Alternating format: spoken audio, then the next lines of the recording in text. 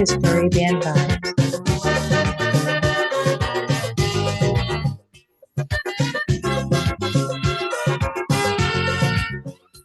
Man, every Caribbean leader taking life at one another. Everyone trying to protect his dollar, especially since Guyana ends up no foreign exchange, sir, and the Jamaica devalue shoe dollar. Well, countries who are more wealthy, man, they laughing out kiki and making fun at Guyanese and Jamaican. You can see in the Caribbean, unless there is cooperation, all of them on the same road to destruction. This time the Barbadians, them understand. You can sit back and laugh at Jamaicans, cause without them tourist boats from Regan, sweet Barbados heading for starvation. The day you will get bail from Washington, well, smoke your pipe, Mr. St. John. This time that you and Eugenia Charles understand that all you have is just sea water and sand.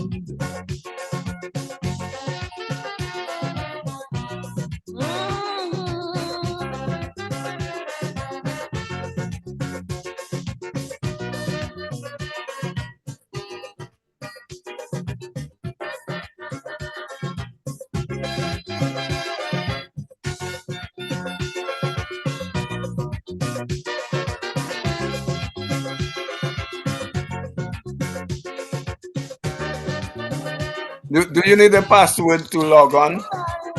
Oh, If somebody wants to listen to it, do they need a password? All of them Caribbean leader. no, what you can do, they can, as soon as we go live, they could go on Civic Vibes Facebook page. Dominican suffering. And they will be able to follow it right. And even make their comments. Chamber saying it's big racket. They want to flood Trinidad market with all their cheap inferior goods and won't. But what do we register as the national carrier? No way, sir. Antigua turned down his offer. This time, Chambers and Jeff. All right, yes, that is where I want to see. We at Civic Vibes want to see a very special greetings to you guys out there. And welcome to your Sunday program that you always tune into from 6 o'clock. It is just about 10 minutes past the hour of 6 o'clock in our country, that is Dominica, the Commonwealth of Dominica, that is. And we live in a regional space. So welcome to those of you who are in that space as well. And also further afield, thank you very much for your eyes and ears each and every time whenever this program called Civic Vibes comes on each and every Sunday. It is May 18th, 2025, and that is where we're about to get into another very interesting program. We're going to engage a very erudite brother, indeed, in the name of Mr. Crispin Gregoire. No stranger to us in Dominica, the region, and for sure further afield. Mr. Crispin Gregoire is a very reputable man, indeed. And so whenever he opens his mouth, there is something that we can learn from, and we are going to learn some stuff tonight, indeed. So I promise you that this conversation is very, very interesting, indeed, very informative. And so all I ask at this time, please make yourself feel very, very comfortable, because when we, get started, as it were, then there will not be much room for you leaving your devices, not even for a second. And so, yes, we will be welcoming in just a bit to our platform, Brother Crispin Gregoire. But just before we do that, let me move across, without further ado, to Brother Alvin Thomas and say a special hi and hello to the brother. Alvin, good evening to you, sir. Yes, good evening, Lofty. Good evening. Good evening. Pleasure to be here again once another Sunday for our Civic Vibes conversation. Some people might call it the coffee table conversation. Yes. Or the a little nanny, not much, just a little. Or maybe, a cup of coffee or juice, whatever pleases you. Conversation, having this conversation, you have to be able to have a little sip now and then. Or maybe water. I noticed, Lofty, you normally sip on water. I'm not sure if you have something in that water. What do you have in it? Oh, that is just what? Tuapito water. Tuapito water. That's all. That's all for now. All right. Well, yes, like you, I want to join you in welcoming our guest this evening, my good friend, Crispin Gregoire. I think I can refer him to as my friend. We go way back, a long time. Both of us been SMA old boys, and in the early 70s, the radicals on the block, starting from SMA, moving on today. So that's why some people might see us and term us as radical. But Crispin is a really good person, good human being, smart guy. He doesn't talk much about himself.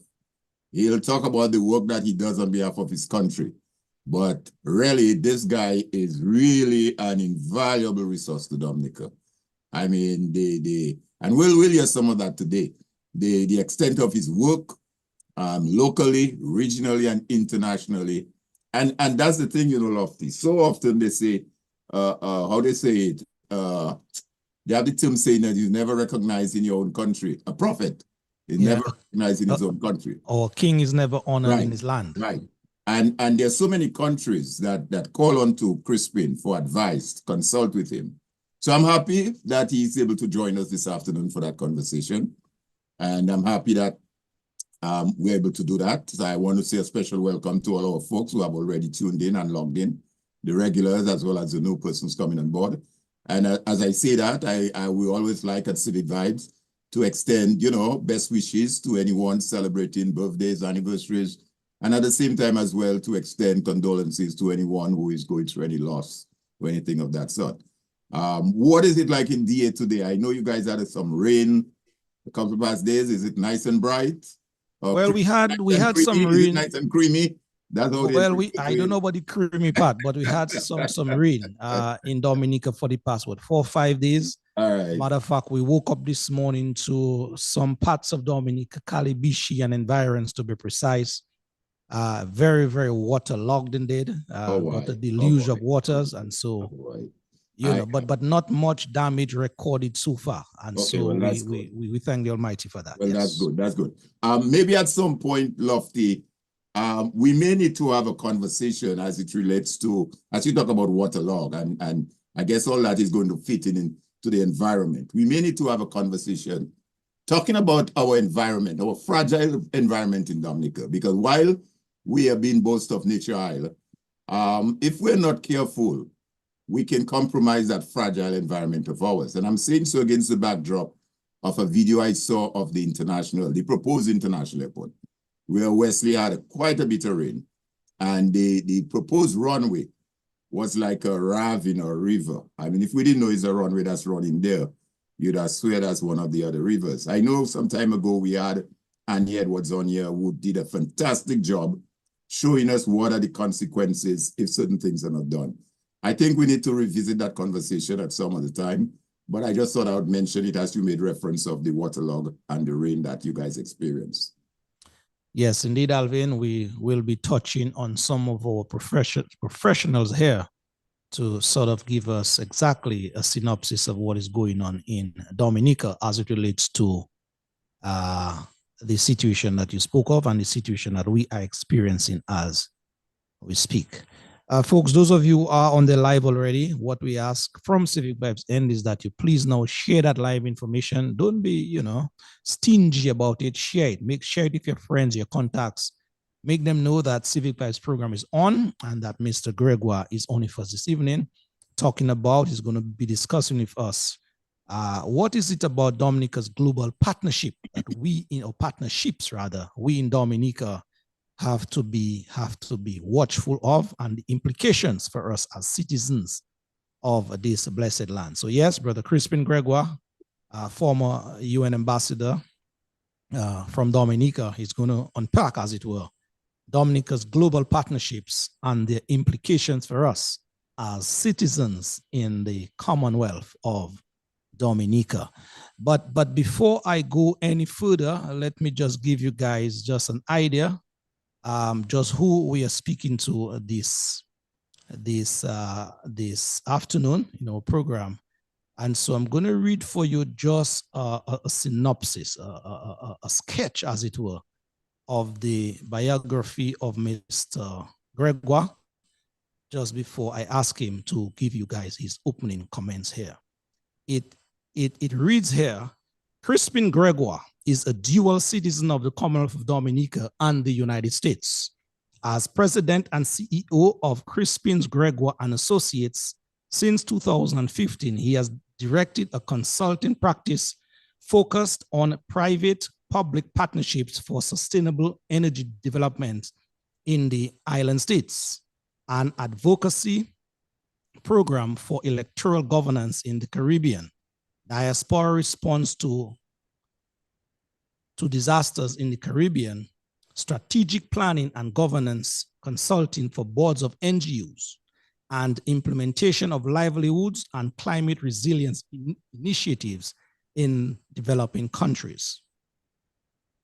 From 2012 to 2015, he served as Chief of Strategic Monitoring and Support of Caribbean Country Offices in the Bureau of Latin America and the Caribbean of the United Nations Development Program, that is the UNDP, with responsibilities for managing UNDP's cooperation with governments and regional organizations of the Caribbean community, providing strategic monitoring and support to Caribbean countries, offices, and managing partnerships with UN permanent missions, the United Nations Secretariat, and specialized agencies, corporations, philanthropic organizations, and academia.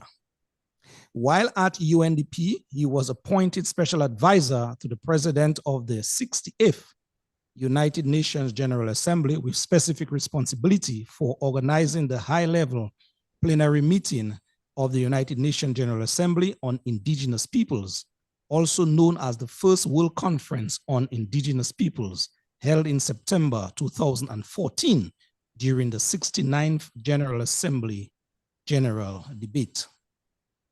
From 2002 to 2010, he served as ambassador, permanent representative of Dominica to the United Nations, and head of delegations of Dominica to the International Criminal Court, that is the ICC. In that period, he represented Dominica at the annual conference of parties of the United Nations Framework Convention on Climate Change at the World Trade Organizations, that is the WTO General Council, at 2 Commonwealth Heads of Government meetings in Australia and Nigeria, at negotiation meetings of Dominica government with the World Bank and the International Monetary Fund, and presented Dominica's first human rights report to the United Nations Council in 2009. He was the founding chairman of the Committee for the United Nations International Day of Remembrance of the Victims of Slavery and the Transatlantic Slave Trade, and co-founder of the United Nations Permanent Memorial for the Victims of Slavery and the Transatlantic Slave Trade, which was erected at the Plaza at United Nations headquarters in New York. He represented Dominica as a member of the UN Committee for Decolonization from 2004 to 2010, and as a member of the UN Committee on NGOs from 2006 to 2010, of which he served as a rapporteur from 2009 to 2010. The focus of his career has been in the non-profit, non-governmental sector, with roles such as Director of Global Programs in Nonprofit Governance with BoardSource Inc., Program Consultant, Grant Maker with the Ford Foundation Office for West Africa, that is in Nigeria, Program Manager of TechnoServe Nigeria Program, and Dominica Field Office Director of Save the Children Federation. He has conducted numerous seminars on NGO governance and management and fundraising for NGOs in multiple states in the African Union, Latin America, and the Caribbean, Asia, and in Eastern Europe. He served as an adjunct lecturer in migration and development at Brooklyn College, City of New York, and in America History at Baruch College in New York City. And his publications have focused on non-profit governance and the indigenous Kalinago peoples of Dominica. Finally, he holds a Bachelor of Arts degree in political science, that is international relations, from Cuba University, New York, and a Master of Education degree in adult education and economic development from Howard University, that is in Washington, D.C. Folks, that is just, as I said, a sneak bit of the man who we are speaking with tonight, and that is none other than former ambassador from Dominica to the United Nations, Mr. Crispin Gregoire. Mr. Gregoire, it's an honor, it's a pleasure to have you again on this platform. Welcome and greetings. Yes, welcome, Lofty, and welcome, Alvin. And I must say, it's an honor to be in your program, and I think it will be a very interesting program. And for people who, especially the students who are following this program, they should take notes, because there'll be a lot of things that I will say which probably hasn't been in the public domain. And I hope, we have a very engaging session, and I look forward to the questions that will come after. And yes, so thank you very much for inviting me. Yes, indeed. Brother Gregoire, as I said before, it's always a pleasure listening to you. And as you alluded to, there's some things that our listeners and viewers out there will be learning tonight. So I ask them now to just sit tight, as it were, so that as the conversation begins with you, there's something in there to learn tonight. Brother Crispin, as we start here, let me just give the listeners an idea, and viewers as well, an idea of the topic, really, conversation we're going to have tonight. It's one about our partnerships, our global partnerships at that, where Dominica is concerned. We're going to unpack some of these global partnerships. We know China is playing a heavy role now, but there are other partnerships. And so you're a man suited for that kind of conversation with a lot of experience on your belt, as it were. And so the first question to you, sir, what is it in terms of these global partnerships that we're going to discuss about? What is it that the ordinary Dominicans, I like to refer to us as, what is it that we have to be watchful or careful about those partnerships? What is in it for us as Dominicans? Right. Well, Lofty, let me start off by saying that what we're going to talk about for most people would be called foreign policy. Yes. So, but I like the broader term of global partnerships, because foreign policy really is all about that. And in this current period that we're in, we tend to talk more about partnerships of countries, and how that impacts the internal domestic reality. So I'll start off by saying that foreign policy, which is also known as external policy of a country, it's basically a set of strategies and actions that a state employs in its actions with other states, unions, international entities that are not states, and such international entities could be non-governmental organizations. They could be the Organization of American States. It could be United Nations, all of the entities that come under that. And foreign policy, it encompasses a wide range of objectives, including defense, security, economic benefits, and humanitarian assistance, to name a few. I should underscore that it is in 1978, when we became independent, that is when external relations was transferred to us, because before, when we were a colony, we didn't have that instrument. Even in 1967, when the British gave us internal self-rule, we became we had what was called associated statehood. They didn't give us foreign policy making. They actually kept defense and foreign affairs to themselves. It is when we became an independent country on November 3rd, 1978, that we got the authority now to make international partnerships to become part of the global community as an independent country.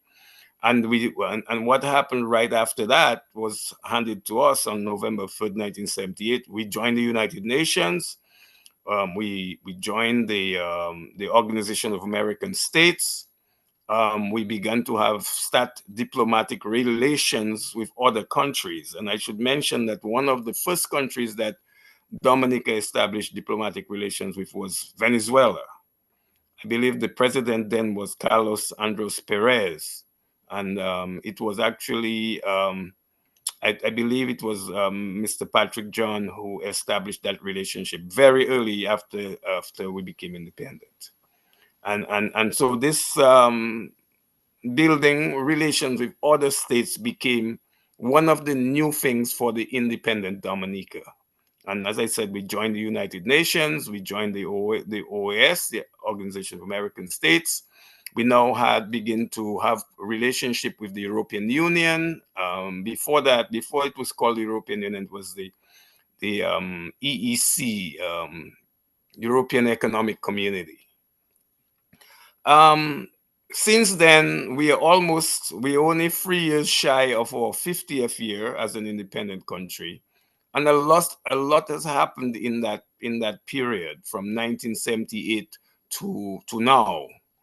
And I must say it had been a great honor to serve Dominica as its permanent representative, ambassador, permanent representative, because that distinction is important, because the permanent representative is the chief diplomat at the UN. So there are other ambassadors, but the one who is the permanent representative is the one that the Secretary General, you present your credentials to, and then you're responsible for the country's affairs at, let's say, at the United Nations, of which I was part. I should mention, though, that there were two things that happened since we became independent, and since the UN was established in 1945. There are only two institutions that have been established since we became independent, and I should mention them.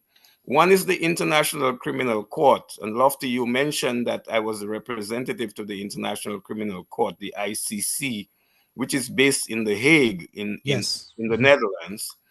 And then the other organization that was established since 1945, after the UN was set up and the IMF and the World Bank were established back then, is the International Renewable Energy Agency, which is based in Abu Dhabi, United Arab Emirates.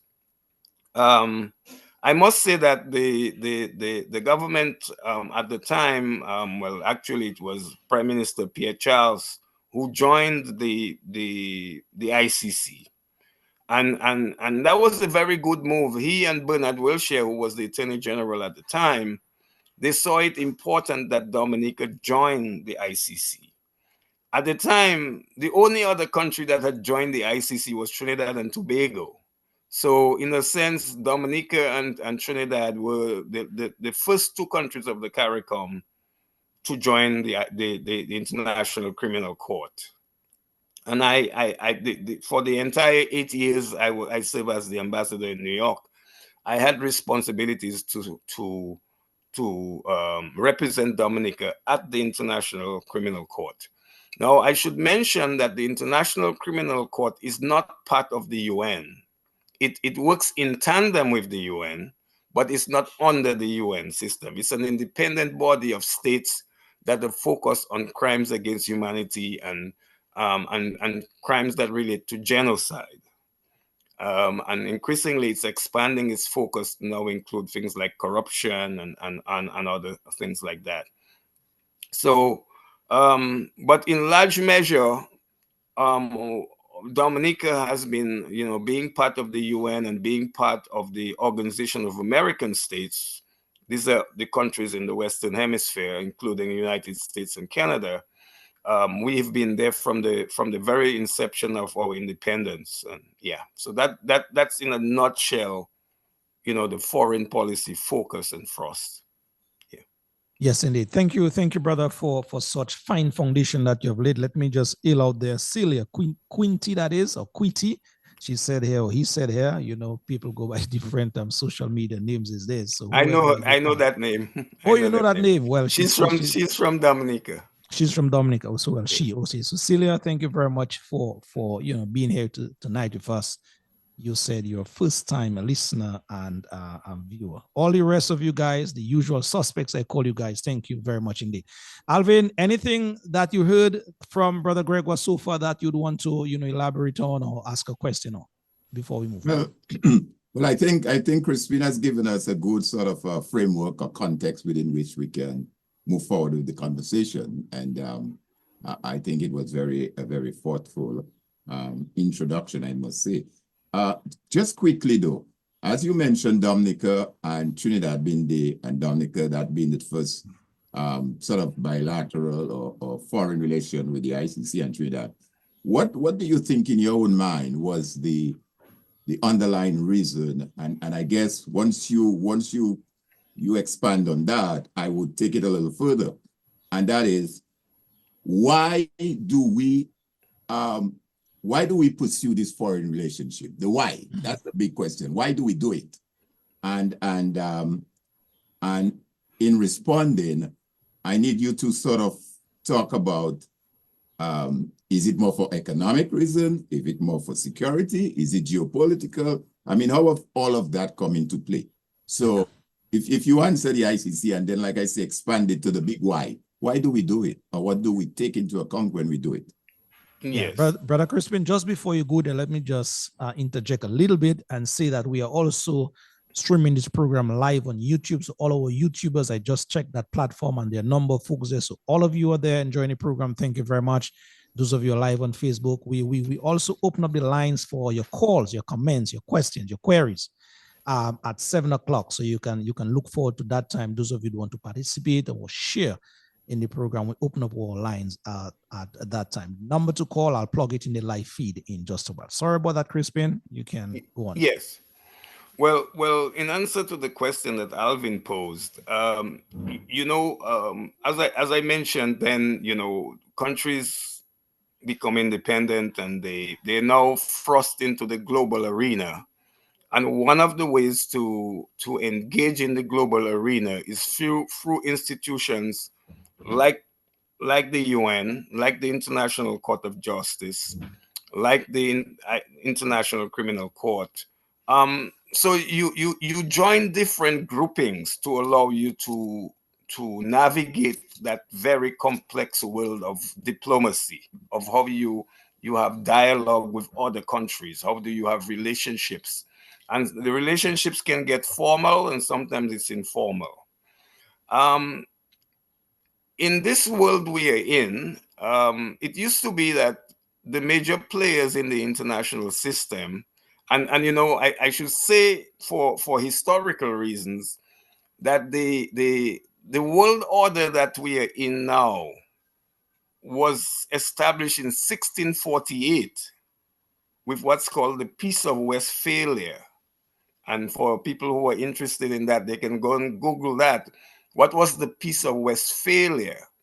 And the Peace of Westphalia was at a particular point in time when the wars mostly fought in Europe, came to an end, and the countries agreed to have peace, and then they established a world order, an evolving world order, dominated by some powers like the UK, France, the Netherlands, what we call the major powers. And then all of these major powers had colonial possessions, countries that were their colonies. And after World War II, after World War II, they decided, one of the decisions that these powers made is that they would give independence to these colonies. And of course, Dominica was one of the colonies. That in the Caribbean, we're in the Caribbean, and we were British colonies, but we have our neighboring countries, Guadeloupe and Martinique, also colonies, but interestingly integrated into France So the French said that they're not colonies anymore. They're parts of France, and they're like provinces of France. But for countries like Dominica, the UK decided to give us our political independence. We didn't have to fight for it like some of the African countries had to fight for their independence, or countries like India had to fight for their independence. So so we get thrust into a global melting pot, if you will. I believe that when we became independent, there were probably like 160, 170 countries in the UN. Today it's 193 countries in the UN. That doesn't mean that that's all the countries in the world. There are many countries in the world that are not independent. They're still colonies, or they have been absorbed into other bigger powers, you know.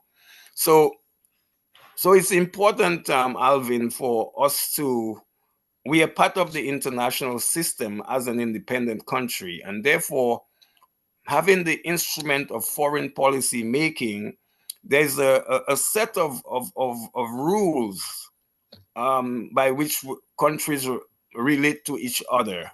And this is under what's called the Vienna Convention. It's a set of rules of how countries engage with one another and how countries recognize one another. So the way that countries formally link up with others is by having diplomatic relationships, and by that, you know, you sign an agreement agreeing to partner, to cooperate. We respect your independence, your non-interference in our affairs. Those kind of principles is what governs the international order that we are in. Now, I mentioned that, you know, there's a range of objectives that include defense. So your defense as a state. So countries have to respect your borders. That's one. Two, that you have security, and internal security and external security, and that there's a body of laws in the country that is to ensure your security is assured. Then the economic benefits, how you build your economy, who's going to be your partners in the building of that economy and maintaining it. And things like humanitarian assistance, how you treat your people internally. If you're a multi-party country, do you have a democracy that's functioning? Your things like elections become important. So the international community is interested in everything that happens in your country, and they do. I'll tell you, they do follow what's happening. They pay attention to what is happening in your country. So if you have civil strife, they are interested in understanding, how do we help that country get over civil strife? You get hit by a hurricane in our case. How do we help a country that is battered by a hurricane? So these are, you know, so these are some of the things that your international relations will focus on, and of course, building these partnerships. One of the entities that has become a major player in the international system in the last, maybe since the end of the Soviet Union, is non-governmental organizations. You know, I come from that background, and when I was at the UN, I worked very closely with a lot of non-governmental organizations. I served on the committee that deals with non-governmental organizations working with the UN. I should mention that there are probably in excess of 3,000 NGOs that are in partnership in what we call consultative status with the Economic and Social Council of the UN, and they can attend UN meetings. The other thing I should say about the UN is that it operates in many arenas, in many countries, but the two principal countries is the US, New York City, where the headquarters is of the Secretariat, and the second headquarters is in Geneva, Switzerland. So things like the human rights machinery of the UN is in Geneva, Switzerland. The Organization of American States, of which we are a member, we joined that very soon after our independence, which is based in Washington, D.C. and it has its own set of entities, like the UN has its own set of entities. At the UN, we talk about the specialized agencies, like UNESCO, for example, like the International Court of Justice, like the UN Population Fund, and all of these entities. So we, as a member state, we have access to all of these entities, and some of them we join, and others we also ratify conventions.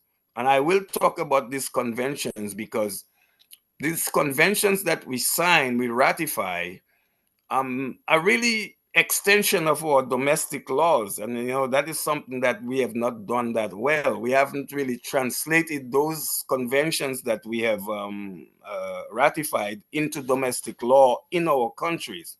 But that doesn't mean that they're not relevant to our behavior in our country. If we don't, we haven't reached the stage where we take things to the international uh, uh, tribunals and courts for redress. And I will talk a little bit about that as we go further. So, Okay. Alvin, I hope that helps to frame your question. Yes, certainly it does. It does. It does. Yeah. All right. As we're on that, the Crispin, in terms of a country's foreign policy now, Yes. are there countries that have sort of weaker policies than others? And why do you think so? Well, I think some countries have not ratified all of the range of conventions that to give them broader scope. Mm-hmm. Maybe that you can say that is, I wouldn't say it's weaker. I would say that it probably hasn't expanded into such arenas. Okay. Even, I'll give you an example. When we joined the International Criminal Court around 2001, it was only Dominica and Trinidad that joined. Trinidad in 2000, we in 2001. The other CARICOM countries had not yet joined. I wouldn't say that they were weaker in that realm. It's just that maybe that was not a priority for them.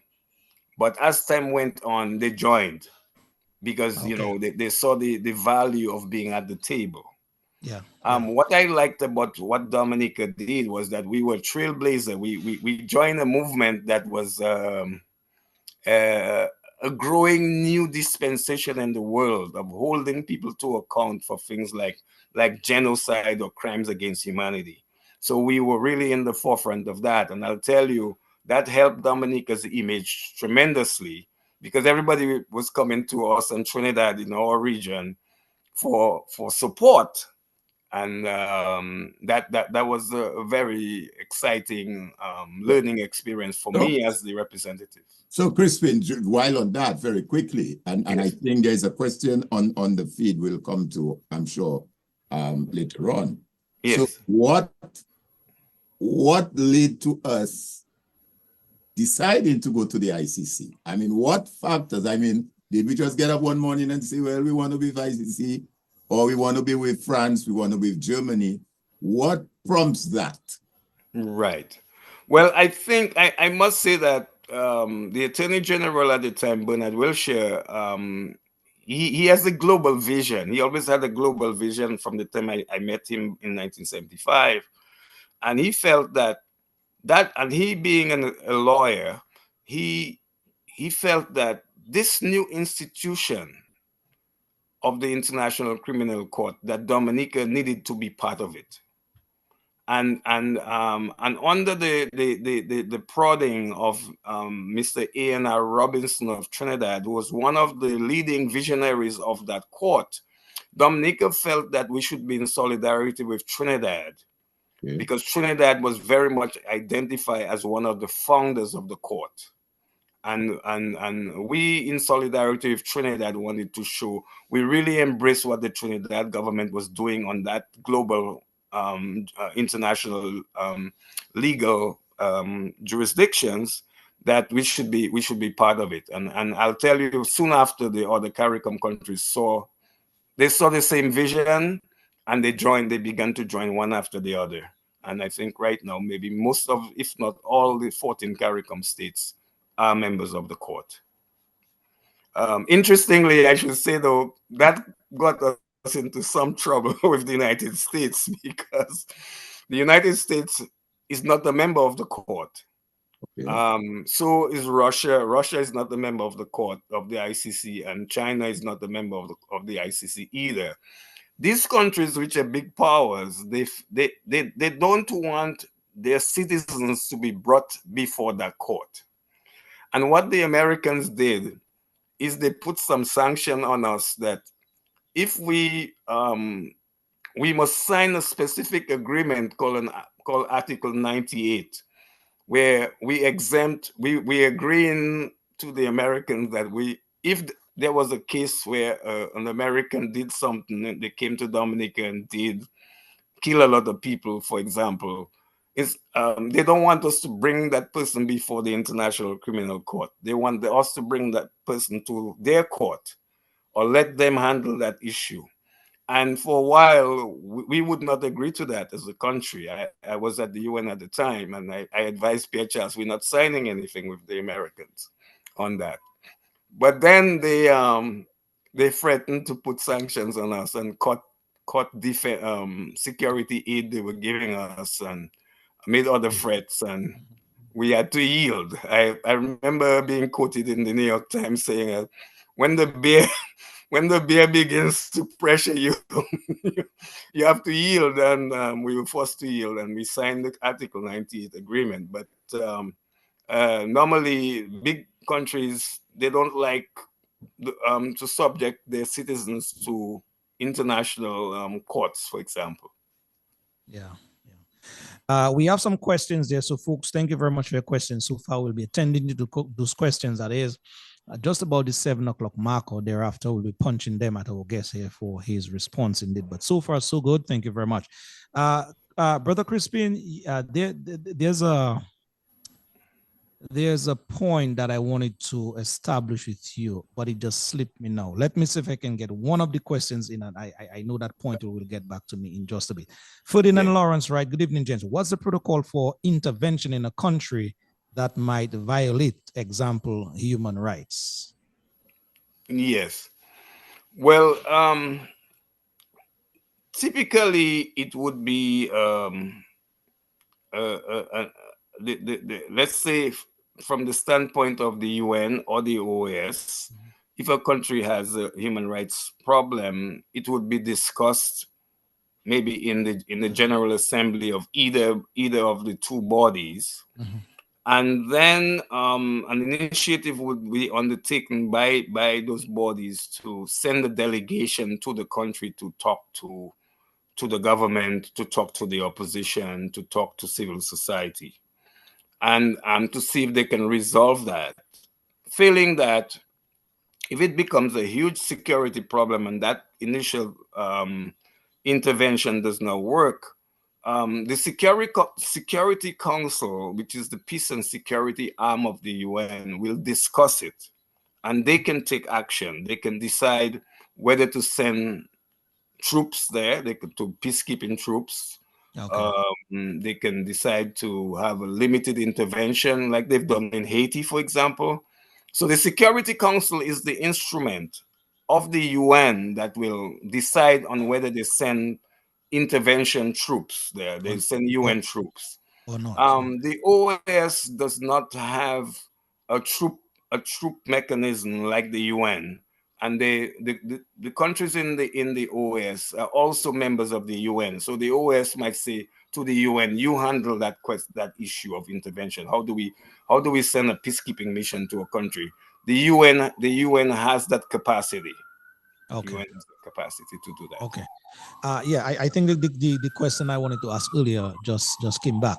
In terms of some of the countries across the globe that we in Dominica have established relationships with, can you mention some of them, and if needs be, give us the pros and cons based on your experience? Yes.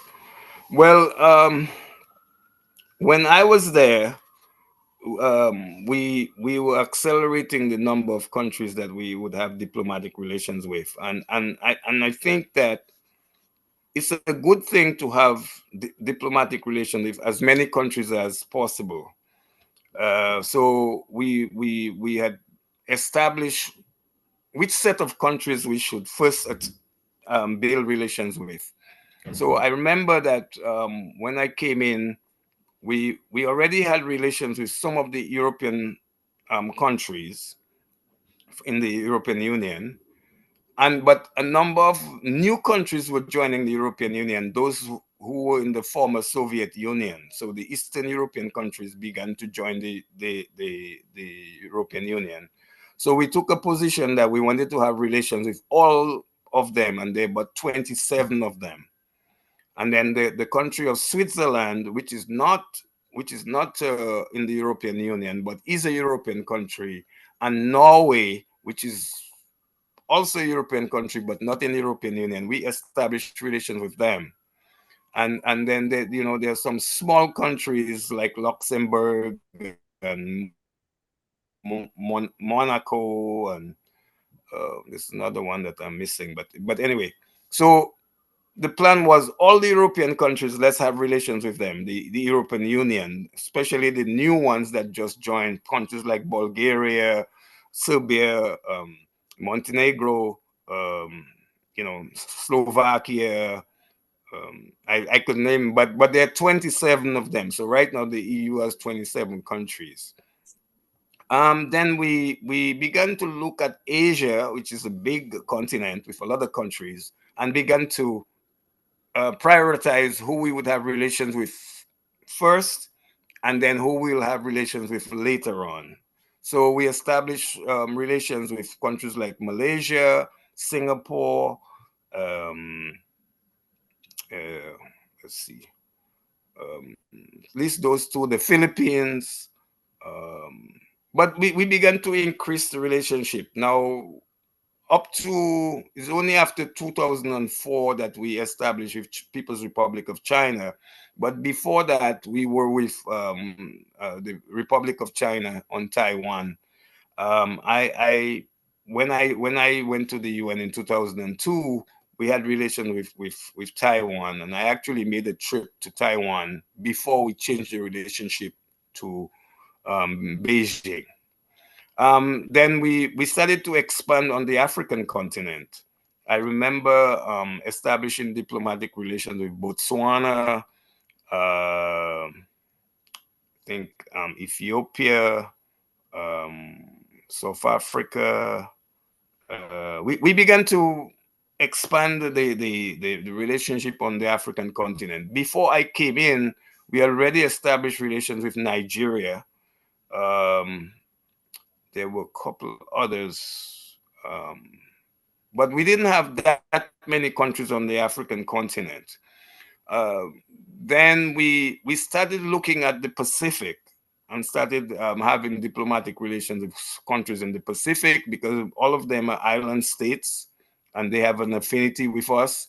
And we would need to have them be our friends, because we are now going to make case for small island developing states as a special grouping of the global system. There are about 54 island states in the United Nations, and we started to establish relations with them. The other thing that happened while I was there, very important development, is that we joined the non-aligned movement in about 2000 and I think 6 or 7, and I went to that non-aligned meeting happened in Malaysia, and I was the person who the government sent to Malaysia to join, to make the formal joining of the non-aligned movement. Before I came on board, we are already a member of a grouping called the Group of 77 and China, which is a group of developing countries. So all the former colonial countries, colonies, are in that grouping, and those that were not colonies, like Ethiopia, for example, was never a colony of anybody.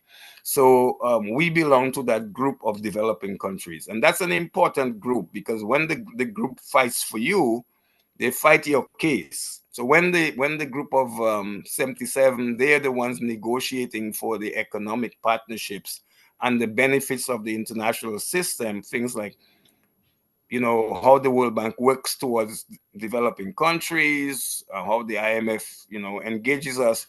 The group of 77 and China is a very powerful bloc, and we are part of that bloc. And then I should say, to bring it closer to home, we are part of the CARICOM group, and the CARICOM group of 14 countries. They band together in the international system because we have the same kind of challenges, the same issues of small size, you know, challenges with trade, challenges with finance. Because one of our biggest challenges as small island developing countries is that we tend to have a high per capita income, and that places us outside the orbit of concessionary financing, like soft loans, for example. So we have to band together as a group, and I should say that the CARICOM group works very, very closely together on a range of arenas, including trade, security, aid, humanitarian assistance, climate change, all of those things. We work very, very closely together as a region. Yes, indeed. Thank you very much, Brother Crispin. We are there on the money in terms of the 7 o'clock hour mark. Brother Thomas, any comments from you further that is before we take that all important break? Well, yeah, I mean, one of our guests, International Development 101. So we're in fact getting a lecture here this afternoon. That's from our brother Zed Lloyd. But I'll send him the bill, you know, there's tuition. Those classes are not free. So that's the class you have to pay for. But let me ask you, Crispin, as we come to the break, and maybe after the break, you could elaborate more on it. Yes. I want to dig more specific, because I asked the question earlier, what determines what causes a country to decide to go into a relationship with another country? And you may have heard this, I'm trying to find the right word, this breakdown of fiasco, whichever one we want to use, that occurred when we enter into a relationship with Syria, a diplomatic foreign relationship. Right. And I take it before we went there, we must have weighed the options. Is it economic? Is it beneficial to us? And then suddenly we had to drop it off because of other issues. So that leads me to the question which I'm asking again. What goes into that conversation before we get to that stage? And then now to think it. So was it, I'm not trying to get you to speak to the detail of that specific, but in other words, why would we get into a relationship in the first place? And I haven't gotten there now, and to break it out. So do we go there for economic purposes? Do we go there for geopolitical purposes? You know, what are the main reasons that we go there, apart from the fact that you said earlier, we're now an independent nation and we're part of the global community, and we want to be a part of that global community. So, all right, Brother Gregoire, just take a break. We're going to take that break. Please ponder on that all-important question from Mr. Thomas. When we come back, then you will have more than sufficient time to respond. Let's do this one from the mighty Chuck Dust from Trinidad and Tobago. That country name came up tonight. He entitles this one, Sea, Water, and Sand.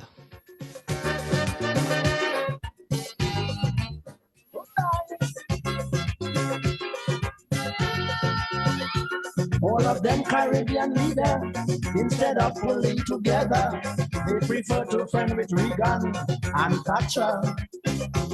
Dominica suffering bad, their goods can't get to Trinidad, cause Chambers ain't giving license, it is sad. Chambers saying it's big racket, they want to flood Trinidad market, with all their cheap inferior goods and wool.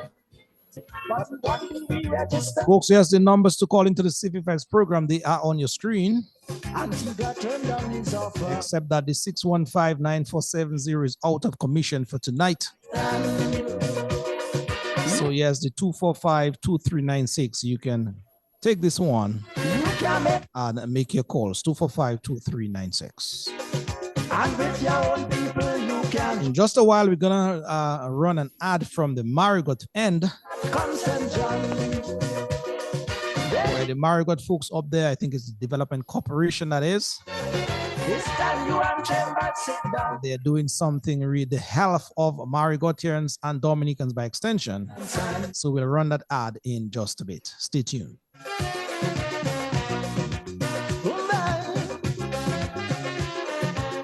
If you're tuning in at this time, we're talking to none other than former UN ambassador from Dominica to the United Nations, Mr. Crispin Gregoire, in our international relationships or foreign policy as it is known, and the implications thereof for us as citizens. So far, so good. One more verse from the truck dust and then return to normal programming. Caribbean leaders that show zest. They feel that their country is blessed once they have more foreign exchange than the rest. Others riding high and mighty, claiming they have stability, for the dollar in US is worth plenty. They're meeting regularly, drawing up all kind of treaty, and after they drink their whiskey, the treaty dead already. Heads of government conference, is there shock talk and ignorance? Lots of talk, but no action ever comments. This time we Trinidadians understand. We've got to help the other small island. We can eat fish and oil with rice and jam. We got to trade it for green lady and yam. And that is in a nutshell the conversation that we're having tonight that Chuck Dust is singing about, or sang about. Is building partnerships or doing business, as it were, with our neighbors in the region and or further afield. So yes, folks, let's take a minute here. We're going to have that all-important ad from the Marigot and the Marigot folks in just a bit. And then we get back to our guest here, Mr. Crispin Gregoire, with the much needed information here as we continue on Dominica's foreign policy as it pertains to we, the citizens of this country. Let's see if we can pull up that ad for you now. We'll be back in just a bit.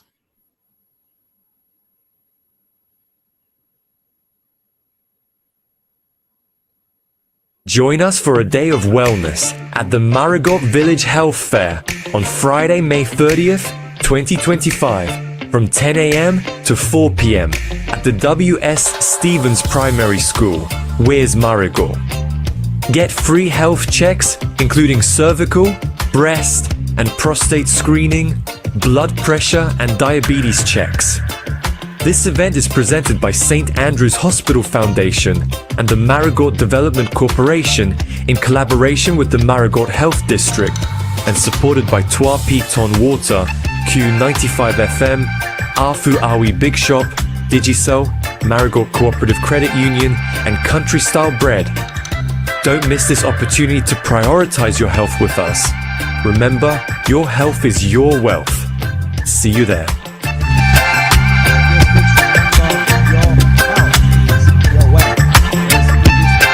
One more time before we get back to our brother here, Mr. Crispin Gregoire. Let's see if we can pull this ad one more time before we get back. Join us for a day of wellness at the Marigot Village Health Fair on Friday, May 30th, 2025 from 10 a.m. to 4 p.m. at the W.S. Stevens Primary School, Where's Marigot? Get free health checks including cervical, breast and prostate screening, blood pressure and diabetes checks. This event is presented by St. Andrew's Hospital Foundation and the Marigot Development Corporation in collaboration with the Marigot Health District and supported by Trois Pitons Water, Q95 FM, Afu Awi Big Shop, Digicel, Marigot Cooperative Credit Union, and Country Style Bread.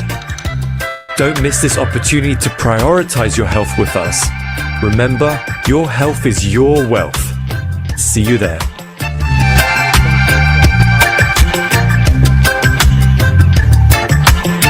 As it were, please folks support that all important initiative here. Folks, as we are coming back on live with our guests here, we have Mr. Crispin Gregoire speaking in First Foreign Policy Matters. Alvin asked a question earlier before the break, Brother Gregoire. Would you want to expound on that before we take some of the comments from the live feed? Yes. I should mention that we have diplomatic relations now with more than 100 countries. As I said before, there are 193 countries in the UN, with South Sudan being the last country to have become an independent country. And I'm not sure if we have diplomatic relations with them. But what Alvin was asking, what are the considerations that go into establishing relations between states? Well, one of them is that countries do seek do write to the foreign ministry to say they want to have diplomatic relations. So that's one approach. A lot of countries, I mean, we had backlogs of letters from countries asking to establish relations who we didn't have relations with. And part of it was, let's try to accelerate that process and have relations with as many countries. So, for example, one consideration is that, is it a developing country or is it a developed country? Typically, developing countries would want to have relations with one another. So whether the country is going to, you don't establish relations because you're going to necessarily get a benefit from it, because sometimes the benefit, well, let me say a tangible benefit. It's not like you don't establish relations to get, for example, aid, right? A lot of times when you establish relations with countries, it's because they have like-minded positions like you in the international system. So you want to have what I call a solidarity posture. So you support one another, because typically they'll be voting at some points in time. Some things are decided on the international system by voting, as opposed to by what they call acclamation, which is acclamation basically is consensus. So they use that word acclamation. This resolution we adopt by acclamation or by consensus, right? Um, Sometimes we don't all agree. Countries do not all agree. So we put it to a vote, and the outcome of the vote is what carries. So in the international system of we tend to vote by resolutions, and there are many entities in that global order. So you have the economic institutions, like what we call the Bretton Woods institution. The only reason we call them the Bretton Woods institution, it was at Bretton Woods that they had the conference, and Bretton Woods is in the US, somewhere in the US, I can't remember which state, where they had this meeting to discuss setting up the World Bank and the International Monetary Fund. At that time, Dominica was not an independent country. But when we became independent, we sought membership in those institutions. Now, when it comes to states, typically our relationships at the beginning were with the countries, European countries, for example, and then United States and Canada, for example. We didn't have that many relations with South America or Central America. Those things we did after we became independent over maybe the first 20 years. Now, I should say that when you think of international relations of Dominica, you, they're like two distinct periods. So I would say from 1978 to 2000 as one period, and that's about half of the time that we've been an independent country. And then the second half, from 2000 to 2025, that's another 25 years. So we almost, remember, we'll be 50 years in 2028. Yeah. So we literally we almost at 50 years. So that first period, we had four governments in that first period. We had the Patrick John Labour Party government, which didn't last very long. After independence, we got independence in 78. By May 79, we had big change of government and by mass upheaval. And then we had the Freedom Party that came into office under Mary Eugenia Charles. They Mary Eugenia Charles for 15 years. They were the ones in the seat. And then we had a one term from the United Workers' Party from what 1995 to 2000, and then the Labour Party was returned to office in 2000. Of course, you know, we lost two prime ministers from they died in office, and then Prime Minister Roosevelt Skerrit succeeded the late Pierre Charles, and he's been the prime minister for the last 20 years. And a lot has happened in that 20-year period, and I think that we'll spend a lot of time on some of the features of what happened there, right? So I think the most significant thing that happened in that second 20 years, because you know I mean we could speak a little bit about what happened before 2000. If I think of highlights in that period from 1978 to 2000, some of the highlights were, for example, the intervention in Grenada, which was a big preoccupation of the Caribbean countries. I remember it was Prime Minister Eugenia Charles who advocated to President Reagan to do something about what was happening in Grenada. And when the Prime Minister was murdered, Maurice Bishop, the United States decided to do a military intervention, and that was discussed at the UN. Of course, the US is a member of the permanent five. The five most powerful countries in the world are the members of the Security Council. They are United States, United Kingdom, France, China, and Russia. These are the five countries that we call them the permanent five, or the P5. And they have what's called veto power. They can literally block a resolution. If any one of them decide they're not supporting a resolution, it will not pass Security Council. So, like, for example, those of you who followed the Palestine-Gaza problem, there was a lot of voting around that in the Security Council, and one of the resolutions was for Palestine to become a state. Of the 15 members, so there are five permanent members, and there are 10 elected members for two-year terms.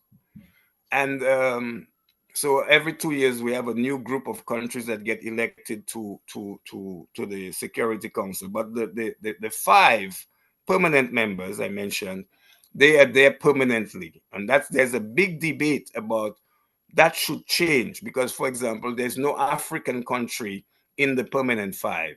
If you look at the five countries that are the permanent five, you have three of them are European: UK, France, and then one is European, but United States should be considered a European country because of how they behave. And then, well, I should have mentioned Russia. Russia is the third European country. And then China is the country that represents Asia. Now, it used to be that Taiwan was the one who held the seat. But in 1972, when President Nixon recognized one China policy, Taiwan had to give up the seat. And Taiwan is not an independent country. In fact, in the UN system, Taiwan is not considered as a country. They actually, the terminology in the UN system for Taiwan is Taiwan Province of China. That is what the language is. When you're talking about Taiwan in the UN, and Taiwan doesn't have membership in the UN, and they've been fighting for membership, and they've been fighting to enter international organizations like UNESCO and others, but they're not allowed because China holds a veto and China will block them. China says that they are part of China and they will one day come under the umbrella of China. But that's a big, a big problem in international relations today. Yeah, we're gonna take some questions now. Thank you very much, Crispin, for such comprehensive, thought-provoking thoughts here. We're gonna take some questions now, Alvin, in the interest of time, from the feed to go to Brother Gregoire here. The first is from Mr. Esprit. He says, can an ambassador sign diplomatic relations, Mr. Gregoire, with other countries without the head of state or the prime minister, I'm adding here, knowing about it? First question to you. No, that's not possible, because remember, when you are an ambassador, you are representing a country, and you take instructions from your capital. You take your instructions from the office of the prime minister. In our case, countries that have a president, have an executive president, would be the one to give instructions, and typically it's the preserve of the foreign ministry. They give you instructions. In fact, they will, is only when they give you instructions to sign diplomatic relations with another country you can do that. No ambassador can do that on their own. So that was why I was very baffled by what happened in the case of Syria, when the the ambassador Lauren Banis Roberts was sanctioned by the government, and they said that she undertook on her own to establish relations with Syria. I don't believe that was real. I think I think somebody erred in the system. I'm sure that the ambassador would not have acted on her own, and she got blamed for this. Now, Syria is, at the time, Syria is a country that has been enmeshed in civil war for the last 12 to 15 years. And Syria's record of human rights is a really, really bad one. So even just the thought of establishing diplomatic relations with Syria, I don't see why Dominica would want to do that. However, I should say that Dominica, in the last, maybe in the last 15 years, has been pursuing a foreign policy relationship or relationship with other countries because of its CBI, Citizenship by Investment Program. And that's driving, Alvin, that's one of the motivations for Dominica in terms of establishing relations with countries. Because Dominica has been establishing relations with a lot of countries that you would never think were important to Dominica's national interests. So for me, the thought of establishing relations with Syria at that point in time was not, to me, a good decision. And I just didn't understand why Dominica was establishing relations with Syria. So when all of that furor happened about Ambassador Banis Roberts establishing relations with Syria, I said, no, there's something amiss here. Maybe the government decided that Syria would become a market for selling passports, and that's why they established relations with Syria. But then, once they did that, once that got out, countries like United States must have brought a lot of pressure to bear on Dominica's government. I think that's what happened. The US and the EU together banded together and said, no, that's not going to happen, not under our watch. And Dominica had to yield. And then the people in Roseau didn't want to take the blame, so they put it on the ambassador. That's what I think. They had a scapegoat in place. Yes. And right. and you all know what the fallout was there. Yeah. We have a sort of elephant in the room, that is China. We have had diplomatic relationship with China for some time now, Crispin. I know you'll spend some time there. Yes. But just as a preamble to that conversation to come from you, Claude Sanfi is asking, in Dominica's case regarding the MOU, that is the Memorandum of Understanding with China, in international relations and foreign policy, the question is, should the content of that MOU be made known to the nation's people? Yes. Well, one of the things that we have not practiced well, Lofty, is that when we establish relations with other countries, we should actually table that communique before the parliament, so that it becomes a public knowledge, right? On the question of the memorandum of we signed with China, that has never been tabled in the public domain. It remains a secret, if you will, which is unfortunate, because the people of Dominica should be able to read for themselves what that is. As you didn't mention at the beginning that one of the experiences that I've had as an operative, if you will, lack of for a better word, is that I have managed free general election political campaigns, and all of them for the Dominica Labour Party at different times. So in 1990, in 2000, and 2005. I remember in 2005, there was a big call by the opposition forces in Dominica for the Prime Minister to table the MOU that was signed with the Chinese. And I remember then, and I was one of the people who was pressing the Prime Minister that we should make this thing public, because, you know, the pressure is building on me as the campaign manager. And he gave us something.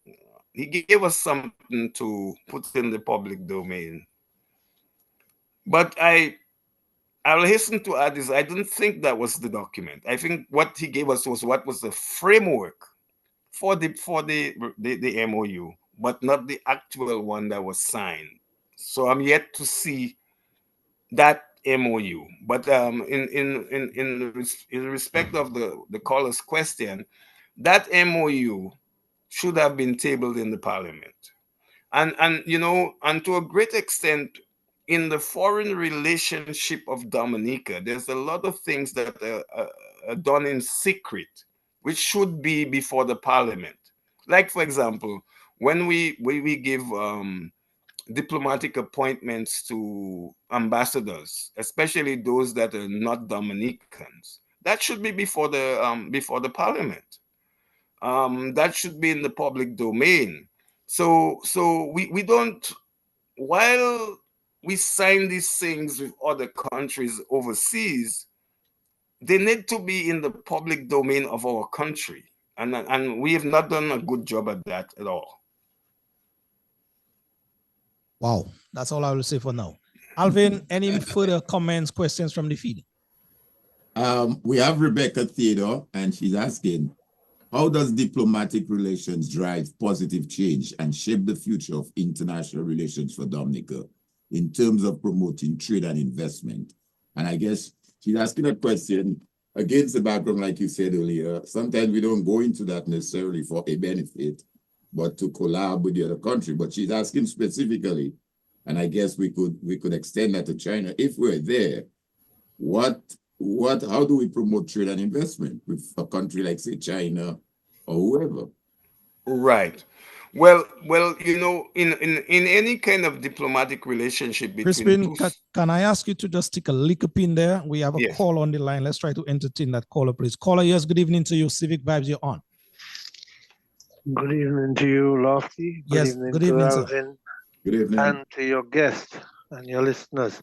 Good evening. Mr. Gregor, I'd like you to address an issue for us, please, that I don't think is really, the significance of which is not really recognized in our island nation. And I'd like you as an ex-diplomat to just shed some light on it for us, please.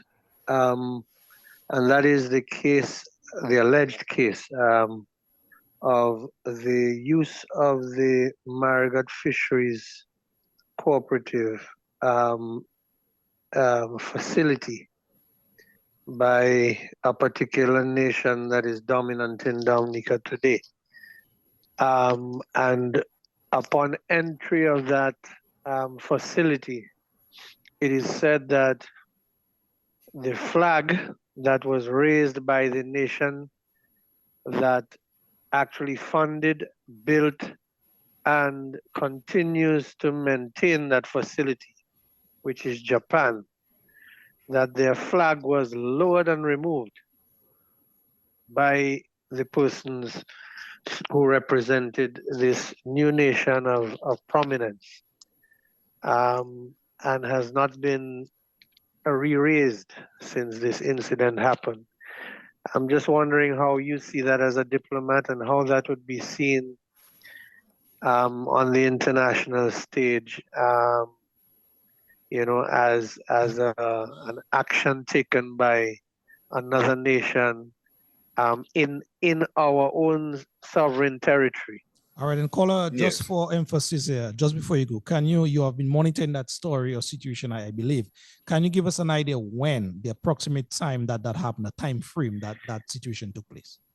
Well, I only heard of it within the last month or so.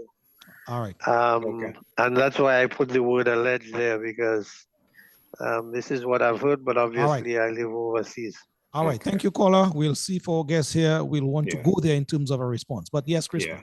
I have not heard of this incident, but I would say that would be akin to a diplomatic incident, and these are things that we have to be very careful about. First of all, I know that there's been a tension between Japan and China, and China has been very active in ensuring that Japan does not become a member of the Security Council. So I can see the genesis of that. Japan was the country that financed that fisheries complex, but China would have there's no role for them in that. That is actually an illegal action. You cannot. Only the government of Dominica can lower the flag of a country that it has relations with. We did not break relations with Japan. So for if at the behest of China we are doing that, that's totally unacceptable behavior of a state. So I hope that is not the case. But if it is the case, I think that Japan would be in its rights to lodge a complaint to Dominica and get that turned around. Okay. Thank you. Thank you. Let's go back to the earlier question from Feed. Yes. And let me just repeat it. How does diplomatic relation drive positive change and shape the future of international relations for Dominica in terms of promoting trade and investment? And I guess, like I said earlier, it's asking the question, if we are favoring them to where with China, how does that help us in our trade and investment?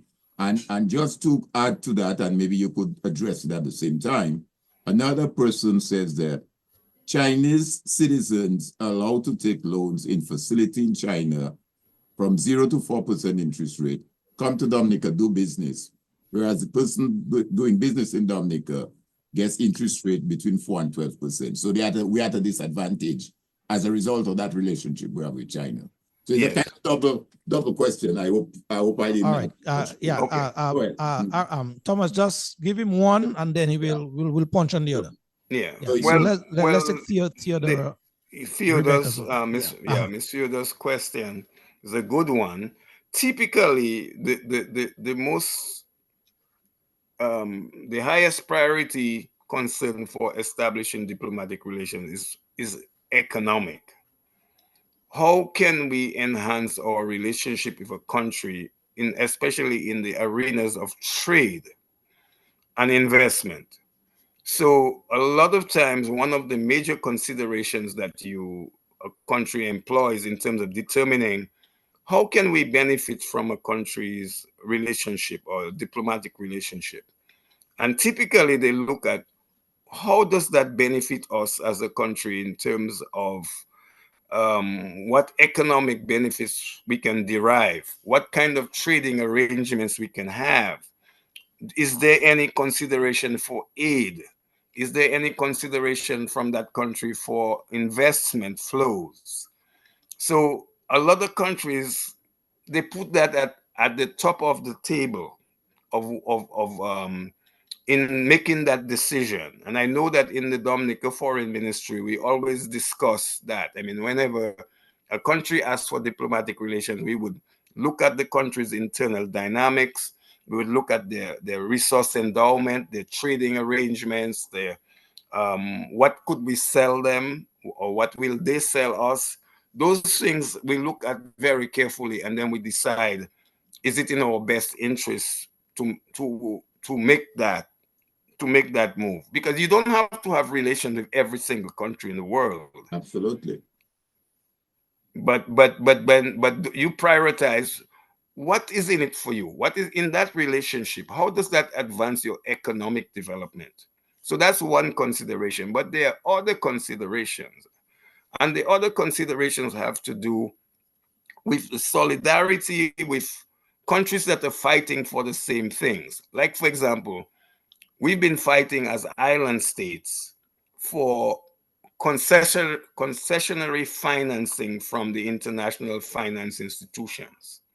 And because that our per capita income puts us as developed, almost as at the level of developed countries, we can't access these concessionary loans. So we band together as countries that have like-minded objectives in the international system to help build our economic reality. In the last few years, as you know, climate change has been established as um, an existential threat to island states, and we've been fighting to for the countries that have caused the problem of global warming to take steps to prevent the warming to go um, uh, beyond 1.5 degrees centigrade. Because after we pass 1.5 warming, 1.5 degrees centigrade, we're going to have catastrophic events happen, like the melting of the glaciers. So this has to do with our existence as island states, and so we work with countries to negotiate for a better arrangement. So these are things that are also linked to the economic thing, because if we reach that point where we are spending so much of our money on building seawalls to keep the sea out, but at the same time, the countries that have caused the problem, like the industrialized countries, like the United States, for example, they are not meeting their commitments, then we are at a serious disadvantage. So we have to fight together as the developing countries, and particularly the island states, which are the most vulnerable on this climate problem that the world finds itself confronting. Yeah, thank you. Alvin, the next question, the second one, you had in Well, line. the second one, as I said, it directly points to the Chinese citizens in Dominica that, well, I don't know if you heard a news item on DBS a while back that says China plan to open a distribution center in Dominica sometime in the next couple of months. So Yes. this scholar, this person is saying, well, it's sort of imbalance because a Chinese citizen is allowed to get loans from China at 0 to 4%. And is able to use that money to operate business in Dominica, whereas the local business person now would have to face the financial institutions for loans from 4% to 12%. Yes. So I guess it ties into the question asked earlier. Yeah. How is this imbalance in a situation where we have that kind of bilateral arrangement or foreign relationship with China? How does that help us? Well, that's a difficult one. The Chinese have been helping their people to establish across the world. They actually give them help to do that. That's part of they want to have a presence in as many countries as possible. So that's one approach. Then they also have the second approach, which is called the Belt and Road Initiative, of which that they're linking into countries, helping them with infrastructure and other things.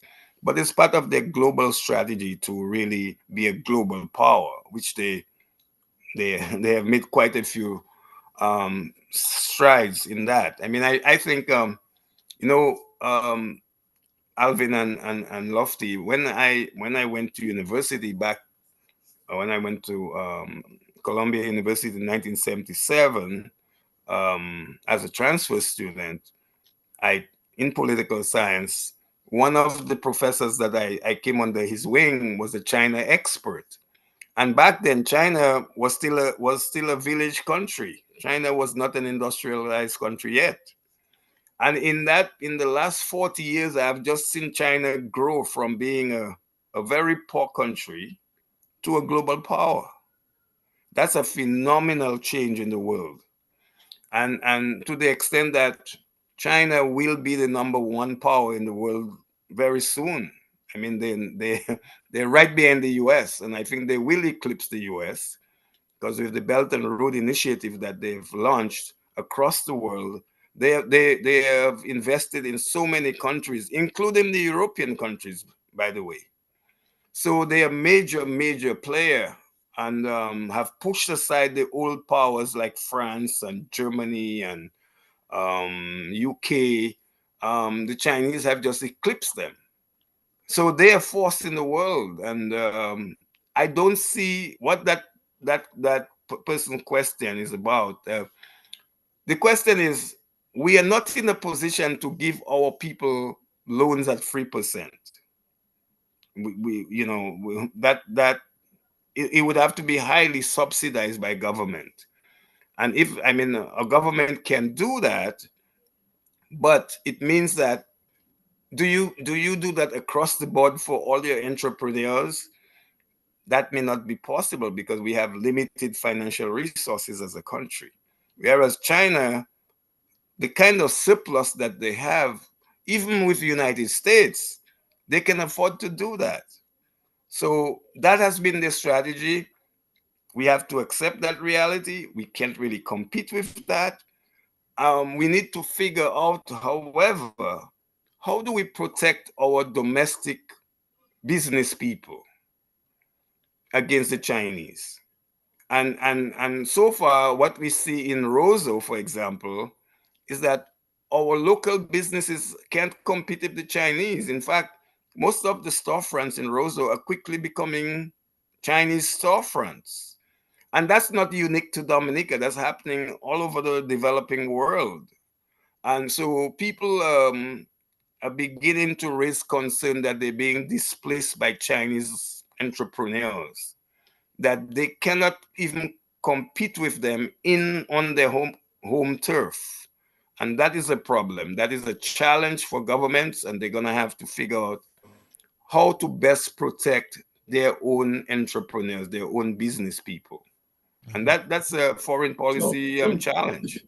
So just to sort of follow up on that then, therefore, is that something that can, from your experience in the negotiations to develop an MOU, to include in an MOU that provides protection for the local citizens vis-a-vis as against the foreign country that you now have relationship with? In other words, how far would you extend as a foreign country, citizens of a foreign country, relationship with a foreign country, extend your reach as it relates to investment and business in the country? Right. That's something that can be written into the MOU. It could be written into the MOU, but I think that in our particular case, the onus is on us to begin to look. What is it we could sell China? We have a one-way trade. China is sending all of these goods to us, but we're not selling anything to them, and that's the problem. Right. One of the things having traveled to so many countries, and I study how countries behave towards one another, and I'll give an example of an island country that has relations with China and sells them things that you won't even believe that you could sell to them. That is the country of Malta. Malta sells China all of the carton boxes that comes from China, that brings boxes of things. All of that is packaged and sent back to China, right? They sell them crushed cars. So all of these cars that we import from Japan, used cars, who have already run their shelf life, and we have them on our roads, And very soon, and they're causing a blight already, because a lot of them, you see them parked by the road. And what Malta does, they will flatten those cars and ship it to China. They will collect plastic bottles and plastic receptacles that things come in, and they'll sell all of this plastic back to China to make things. So parts of these cars have aluminum in them, for example. So they have, in places like Philippines, they dismantle these vehicles, remove all of the aluminum parts, and they're selling that back to China. China will recycle that to make new products. So we haven't engaged China in the way we should engage them. For example, water. Dominica has 1 billion gallons of water that goes to the sea every day. That's fresh water. Only 3% of water on Earth, on this Earth we are on, this planet we are on, only 3% of water on this Earth is fresh water. And we are in that 3%. Right. And that is something China wants. The population China of needs 1.6 billion people. Yeah, and not only China, there are many, even within the Caribbean, we're allowing fresh water to just go to the sea, when that's $1 billion industry right there. And I have not seen the government make any commitment to make water an industry in 25 years. When the Labour Party came into office, and I was part of that tried to shape that the economic framework for the future development of Dominica under the Labour Party, water was very much high up on the agenda as a major pillar, as well as a culture industry. These are things that we now need to look seriously as a country. How do we earn income? For example, why shouldn't our artists go to play in China? I know a country that our artists can go and play that we don't have on the radar. Is a country called Turkey. Cuban musicians go to play in Turkey. Cuban rum sells in Turkey. I'm sure that the Chinese would buy Dominican rum because the Chinese drink rum. I mean, so we got to think out of the box. And I think that there are things that we can sell the Chinese. Water is one, culture is the other one, and then all of these things that can be recycled.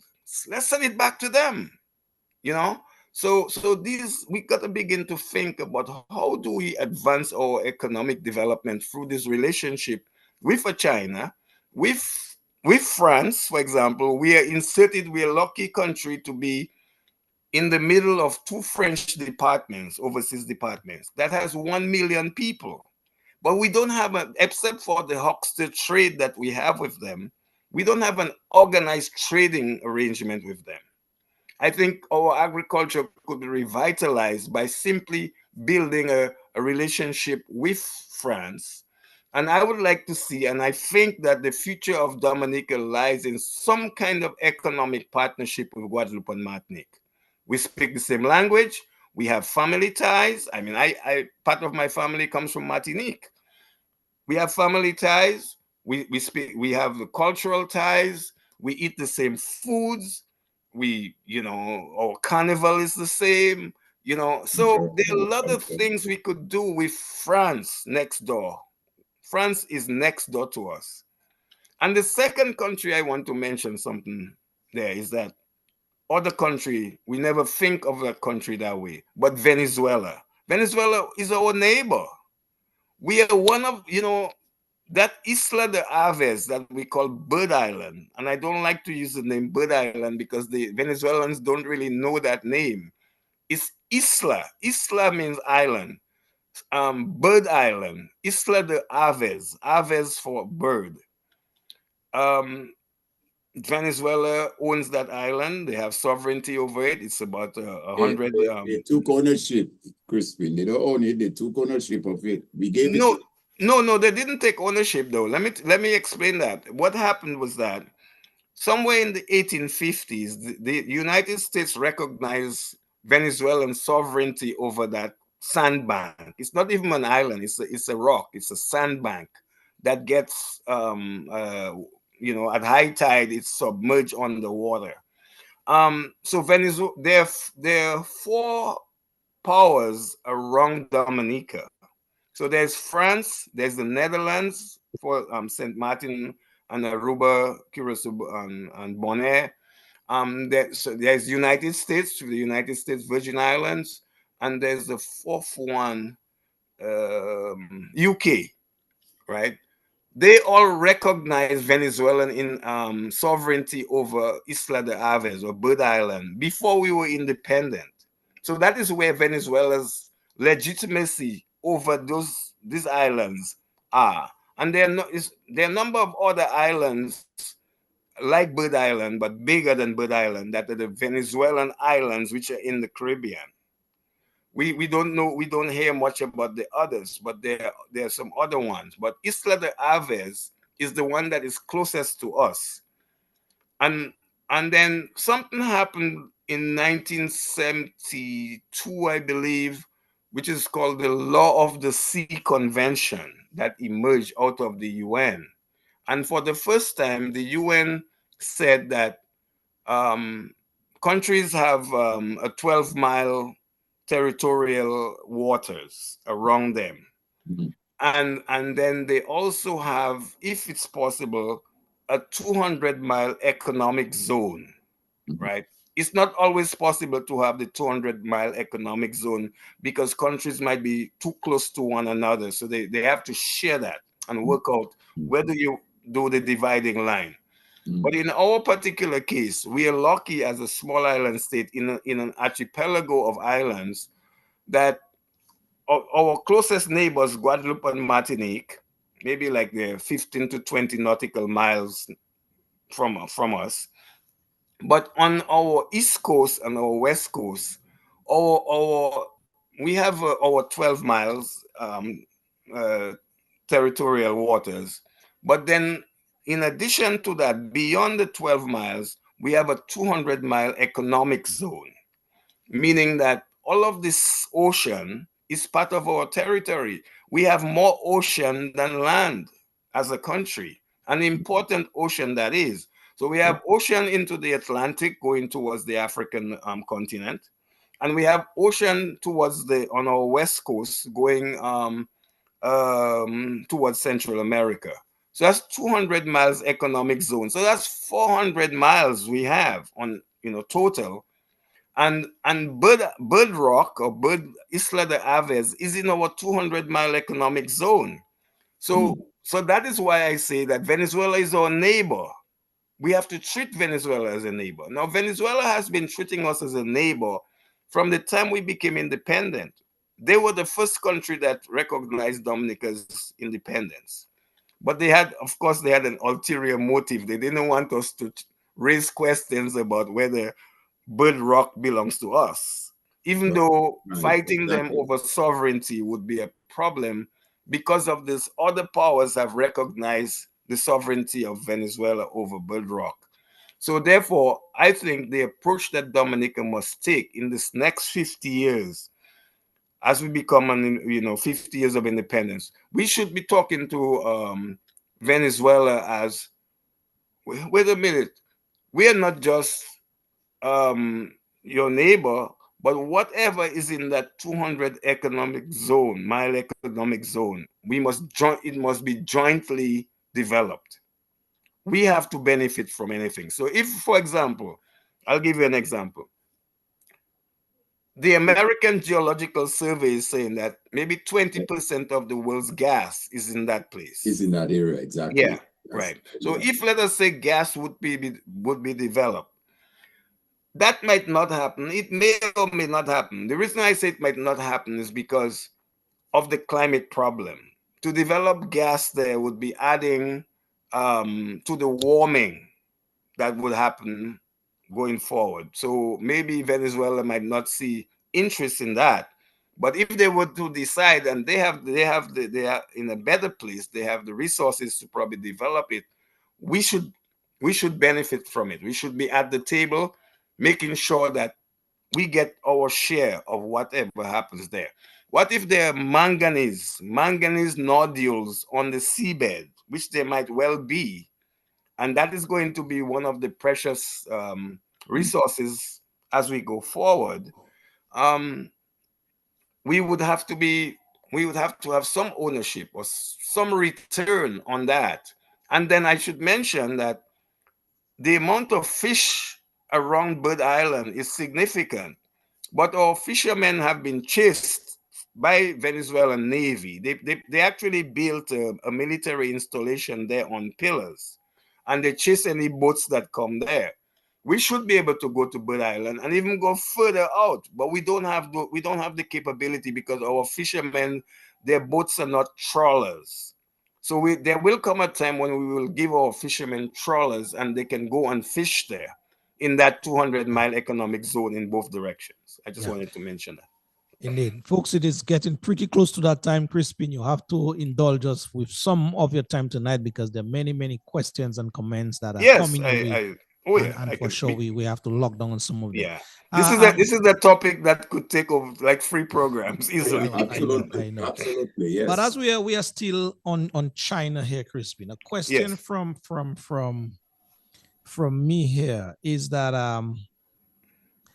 in terms of we signing diplomatic relations with China about what, 20 years now? Yes, 20. That would be 2004. Yes. How do you view the government of Dominica's posture in that regard, knowing fully well about that one China policy as it is claimed? And added to that, what do you think as an ambassador, what do you think is the overall objective of China in Dominica and the region by extension? Yes.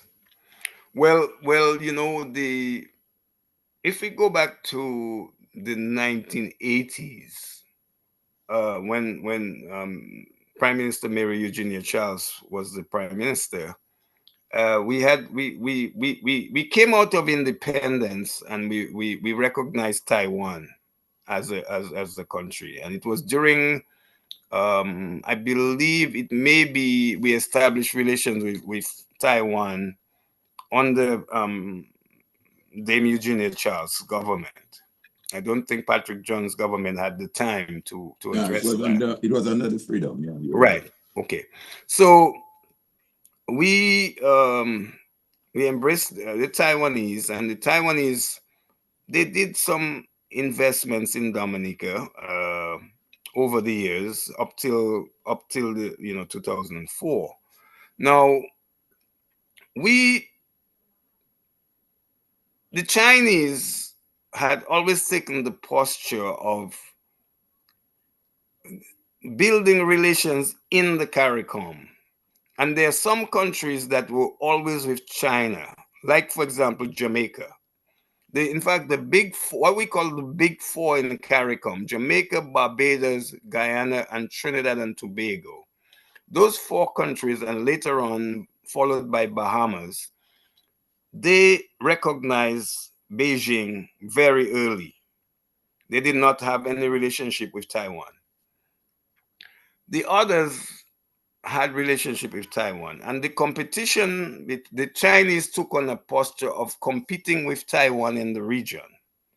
And what happened over time is that we end up in a situation where 9 of the 14 states, independent states in the CARICOM, have relations with Beijing. And so some of the smaller ones, like Dominica, like Grenada, who had relations with Taiwan, they broke the relationship and established with People's Republic of China. They adopted the One China policy. And the One China policy really gets its real emergence in 1972 after the Chinese had always had that One China policy, but it's only when the United States accepted it that it began to just expand. And that was under President Nixon and Henry Kissinger as the Secretary of State. And then countries began to build that relationship with China. But what does it mean, though, in essence, that One China policy? The one China policy, what it means is that there's only one China. Mhm. There's no two Chinas. As it Okay. is there, we have two Chinas. We have when the people who were ruling China, when they lost the civil war in 1949 in China, they ran away to this island called Formosa, that's Taiwan, and they set up their government there. And they started calling they changed that more to use Republic of China. So they'll say Republic of China on Taiwan. So the notion that there are two Chinas, Mhm. but for the people in Beijing, they don't accept that Taiwan is another China. It's one Okay. China. And so they're saying that, and that is why in the UN they use this term, which is Taiwan province of China. They don't, the UN, there's no Mhm. seat for China, for Taiwan at the UN. Yeah. Taiwan is a province of China. That's how the Chinese see it. Now some countries still have relations with Taiwan, but Taiwan is losing ground. We're gonna reach a point very soon. Maybe I think they have a relation with about 20 countries now. But in the CARICOM, you have 5 countries that have relation with Taiwan still. So you have the Saint Islands, I call them St. Vincent and the Grenadines, St. Kitts and Nevis, St. Lucia, and Haiti and Belize. These are the Okay. 5 countries that have relations with Taiwan. The others, all the others are with Beijing. Is the same Okay. can be said with Hong Kong? I beg your pardon? Can the same be said Taiwan situation and Hong Kong with No, China? no, it's different because what happened was that Hong Kong was colonized by the UK. The UK gave Hong Kong they said to the Hong Kong that you we will no longer be running Hong Kong. You're gonna have to join with China, and they signed an agreement with Beijing that Hong Kong will be integrated into China, Mhm. right? Okay. The other country that happened too is Macau. Macau is another, for all intents and purposes, another province. They were under Portuguese rule, so the Portuguese made an agreement with Beijing to hand them over, and Macau is now part of China. The Chinese expect Taiwan to eventually do the same. What's holding it back is that Taiwan has a defense agreement with United States to protect them. And we will see what happens going forward with the Trump administration because um, whether the Trump administration will want to defend Taiwan in a war with Beijing, I'm not convinced that that will happen, but it could. It will just create a conflict, and we don't want these two powers to end up in a military conflict because it could be deadly for Asia and the rest of the Yeah. world. Crispin, in terms of we are hearing a lot of allegations as it pertains to China having relations with us. We are hearing a lot of allegations, I say, about our water, that China maybe, uh, I use that word cautiously, maybe after our water. You mentioned it earlier in terms of what, could be Yes, with right. China. Do Yeah. you think that there's any truth to that? And again, what is in your mind, the overall objective of China in Dominica, this little rock? Yeah. Because at the end of the Well, day, there are no free lunches, as it was. So yeah, right. China as a superpower coming here, doing things they're building, there has to be something or some things that they're looking at. Right. Well, I would say even before water, here's one of the most important things for them. Location, location, location. Where Mhm. Dominica is located, Strategic in the region. we're Yes. strategically located. We're in the dead center of the island chain from Cuba to Trinidad. Um, what I am hearing and a concern for the United States is that the embassy on Dominica may well be a listening post for the Chinese to listen to communications, transmission of communications from in Washington. That could very well be. They also mention Antigua in that same vein. So the location of Dominica next to France is an important location for the Chinese. And because Guadeloupe and Martinique has 1 million people, I can well understand the Chinese now focused on making Dominica a distribution center for goods to the region, because you have 1 million people right next door. So that makes Dominica very strategic. And it's a euro market, a market where the currency is euros. So they could earn dollars in the rest of the region, but they can earn euros in Guadeloupe and Martinique. Second, our largest endowment of natural resources are two things. One is our mountains, and two is our water, that, you know, which is a very strategic resource on the planet today. The Chinese must be looking anxiously and saying, how do we get our hands on that water? It's all going to be the government of Dominica to give them that access.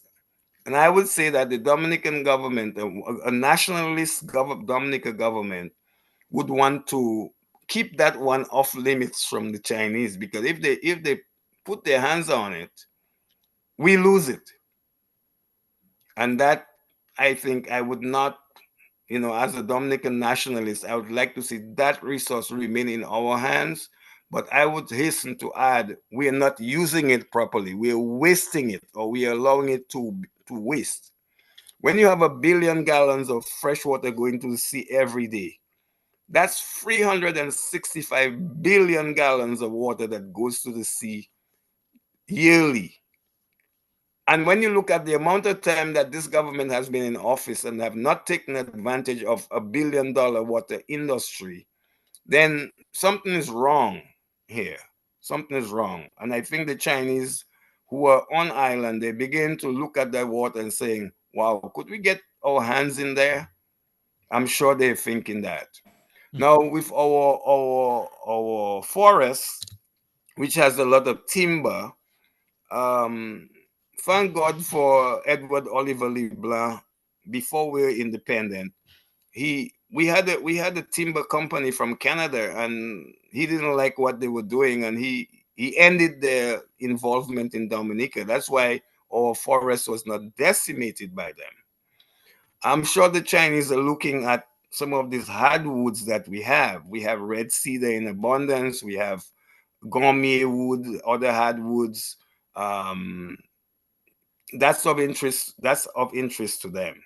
Then the other thing that I see would be of interest to them is fishing in our waters. We haven't looked at that one yet, but that's coming. They're going to, all that 200-mile economic zone we have going into the Atlantic and on the Caribbean Sea. These are waters where Chinese trawlers might end up coming. So that's another resource that is in their interest. And the other thing is that I worry about that one. The fact that they're building the airport, the Chinese are building the airport, tells me, because the government of Dominica hasn't told us a lot of things about that airport. Is it being financed by Chinese? I think that there's far more Chinese financing in that airport than we realize. We are made to believe that it's all from passport money. I am not so sure about that. And that takes us to where we are with the Trump administration in power in Washington. They have made countering China in the Caribbean a major focus, not only in the Caribbean, but also the hemisphere in South America, Central America. But in the Caribbean, as what they call the backyard, they're very concerned about the presence of China. And Dominica now turns out to be the country with the most Chinese present because of the airport construction. And one of their concerns, Washington's concerns, the Trump administration in particular, because we didn't hear that from the Biden administration, is that the airport, the process of granting the contract to Chinese railways to build the airport, there was no competitive bidding. So they were literally handed that project without having to compete with other people who could build airports. Thing is that China Railways had never built an airport in China, but they got the contract to build an airport in Dominica. And so, and then the second thing is that here's an airport being built, but the environmental impact on social, environmental EIA. impact. Yeah, but you got to add the social part. So Yeah, the social. EISA Right. has not been tabled in the public domain. And there are stories that EIA said that that was not the best site to build an airport. So we don't know. There are a lot of unknowns, right? But here's my concern. Okay, the airport is going to be built, I believe, barring any problems, because one of the things that could come up, and we better watch out for that, is if the Americans say that that airport is a threat to their national security. Something similar like what happened with the Grenadian airport when it was built by the Cubans with financing from the Soviet Union. The President Reagan went on TV and he said, look, that airport is a threat to our security. I hope that doesn't happen with Dominica, but it could.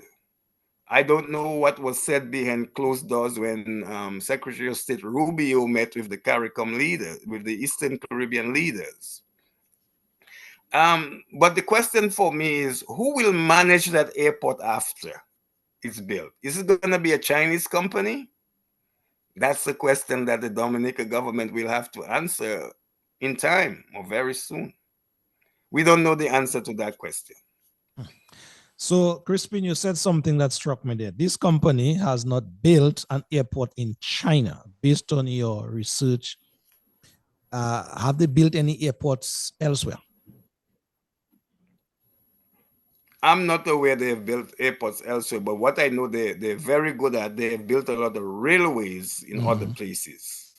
So, I mean, they're an engineering company. They're an engineering company, and building an airport might not be as so technical that they can't manage that. But they don't really, from what I have, my own research, that they have not built any airport outside China, if they have built any in China. Well, in the technical field, experience matter.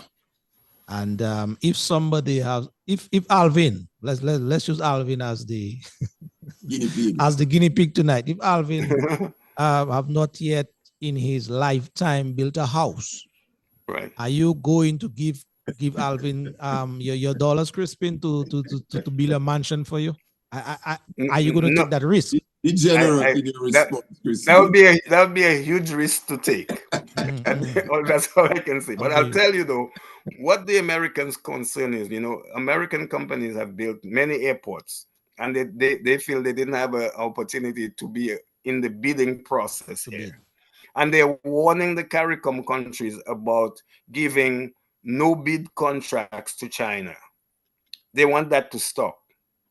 So Dominica might well be the last place that will happen under their watch. They're not going to allow that. Wow. The other thing is that the Trump administration and now, just, I hope just before you go there, Christian, just stick up in there. You said it earlier, but I just want to expound on it because I know that for a fact. Whenever these American diplomats, these people come to our soil, one thing for sure they always inquire about it is the sort of the Chinese influence here. They're always so concerned about it. That is a question that always comes up as to how are Dominicans feeling about the influence of the Chinese here, and also importantly, the strategic location that you mentioned. Dominica being smack right there in the center, and China now having that sort of foothold as it relates to, quote unquote, America's backyard. That is something I can tell you that they are not taking lightly. And I guess in just a matter of time, we will see some kind of movement that will not be in Dominica's interest in that department from the US end. Yes, Lofty, you're right on target on that in that statement. I think the United States is watching very closely the Chinese presence in Dominica. In fact, they have told me the two countries that they are really concerned about in the Eastern Caribbean is Dominica and Antigua Barbuda. Mhm. Because in these are the two islands that have the biggest embassies of China in the region, and they wonder why. Why should China have such big? In fact, the one in Antigua is bigger than the one in Dominica.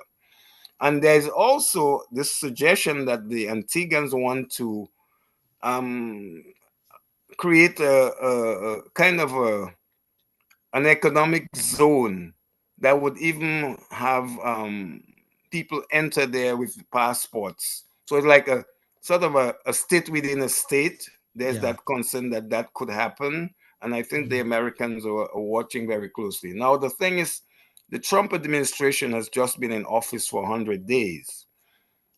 We have 4 years to go. Things will get toasty. I have no doubt about that. I think what's going to happen, the Americans are going to say to the 5 countries that are with Taiwan, stay there. Don't change that relationship. And those who have relations with Beijing, who knows what will happen, because there could be change of governments where governments might want to go back to Taiwan. That happened in St. Lucia. When John Compton came back after years of being out of the political equation, he broke relations with Beijing. And I'll tell you something, the Chinese were really, really upset about that. They did not take it, they were not happy about having to pack their bags and move out. But something interesting happened though. When the government changed after John Compton, um, I don't remember who the prime minister was then. Okay, Kenny Anthony, Dr. Kenny Anthony. He wanted to go back to Beijing, but Beijing and Taiwan, as much as they show us that they're in competition, they actually talk, and we must be careful with them because these countries, these 2 countries, they're Chinese peoples. They the only thing that's keeping them different is the one government in Taiwan and one in Beijing, and they're not one. But I'll tell you, when I went to Taiwan, I had a discussion with the foreign minister, and I said to him, "Is it possible? Is it in the realm of possibility that we could see what would emerge with Taiwan and Beijing is the Greater China?"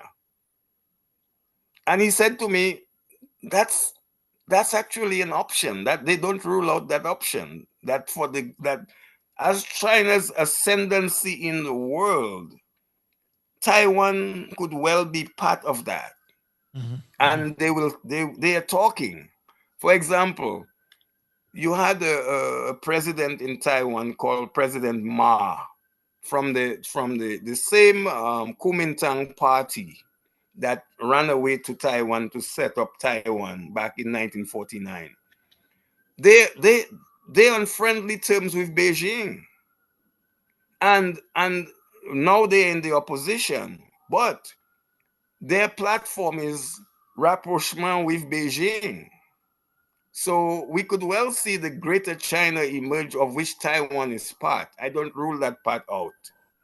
So we have to be very careful. Now, Lofty, I'm one of those people who don't take an anti-China position, and I'll tell you why. China was never a colonizing power. Up to this day, they have never colonized anybody. They are present in all of these countries because they have imperial ambitions. They were an imperial power before, going back a few centuries. They are returning to that. And I have no doubt that they are the power of the next 25 years. They are the global power for the next 25 years. Look at where they have made a quantum leap in 40 years. From Chairman Mao to Xi Jinping today. And the man who was very key in that transformation after Mao, Deng Xiaoping. That's a guy I studied a lot. He was very pragmatic politician. They decided that they would have socialism and capitalism coexist, and they've done a very good job at that. So I believe that, you know, even trying to counter them in the Caribbean, that's just a stopgap measure. The Americans made a lot of errors, and one of the errors they made, because they want their companies wanted to make more profits, they move all their manufacturing to China to take advantage of cheap labor. The Chinese beat them at their own game. Today, for example, in the automobile industry, we are moving to electric cars. China is the leading producer of affordable electric cars. Pushed General Motors and Chevrolet and whoever else, American company, On the Ford, side. On to the the side. side, Yes. right? And so their cars are cheaper. And what the We United States is now doing is to put 100% tariff on them, so they'll make their cars expensive. But you know, the Chinese are very resilient people and very pragmatic. They say, no, oh, you know, United States only 300 million people, 320 million people. The rest of the world is our market. So we don't even care if we can sell it in the US. We don't have to worry about that. The rest of the world is our market. yeah. Uh, So, Mr. Crispin, someone listening and also viewing, that is Mr. Rondell Thomas. I can call his name. He's of Yes. a sort of his different perspective, different view from me. He says here, gentlemen, I'm tuned in to the vibes. Notwithstanding my respect for Ambassador Crispin, I hold the view that Dominica benefits very little, he says, if anything, from our relationship with China, largely due to the ineptitude and incompetence of Roosevelt administration. Dominica is worse off for that relationship. Roosevelt has ensured, he says, that every Chinese national in Dominica is employed on government and CBI projects, while our citizens are sidelined, he writes. Chinese are given more protection under our laws than citizens. That makes absolutely, he says, no sense. There may be opportunities and or benefits from that relationship, but it will never happen under this myopic, selfish, and incompetent regime. Final paragraph reads, having diplomatic relationships is meaningless and useless if there cannot be at least some minimal benefit to Dominica and Dominicans. Your take. Yeah. Well, Lofty, I would like to go to the beginning of the relationship with Beijing, because I'm going to say something that will has not been in the public domain, and that is the late Pierre Charles had directed me to be an interlocutor with the Chinese, because he was thinking of establishing diplomatic relations with the Chinese, but on a different approach, and that was and it's rather unfortunate that the Prime Minister Skerrit did not avail himself of that framework, simply because I was never involved in that discussion about China. I studied China for most of my life, and you know, even when I was a member of the movement for New Dominica, we were reading Chairman Mao's work. You know, that the left in Dominica was very knowledgeable of Chairman Mao's work and the whole Chinese Revolution. And that is, Pierre Charles said to me, speak to the Chinese about diplomatic relations for me. And I said, yes, Prime Minister, I'll do that.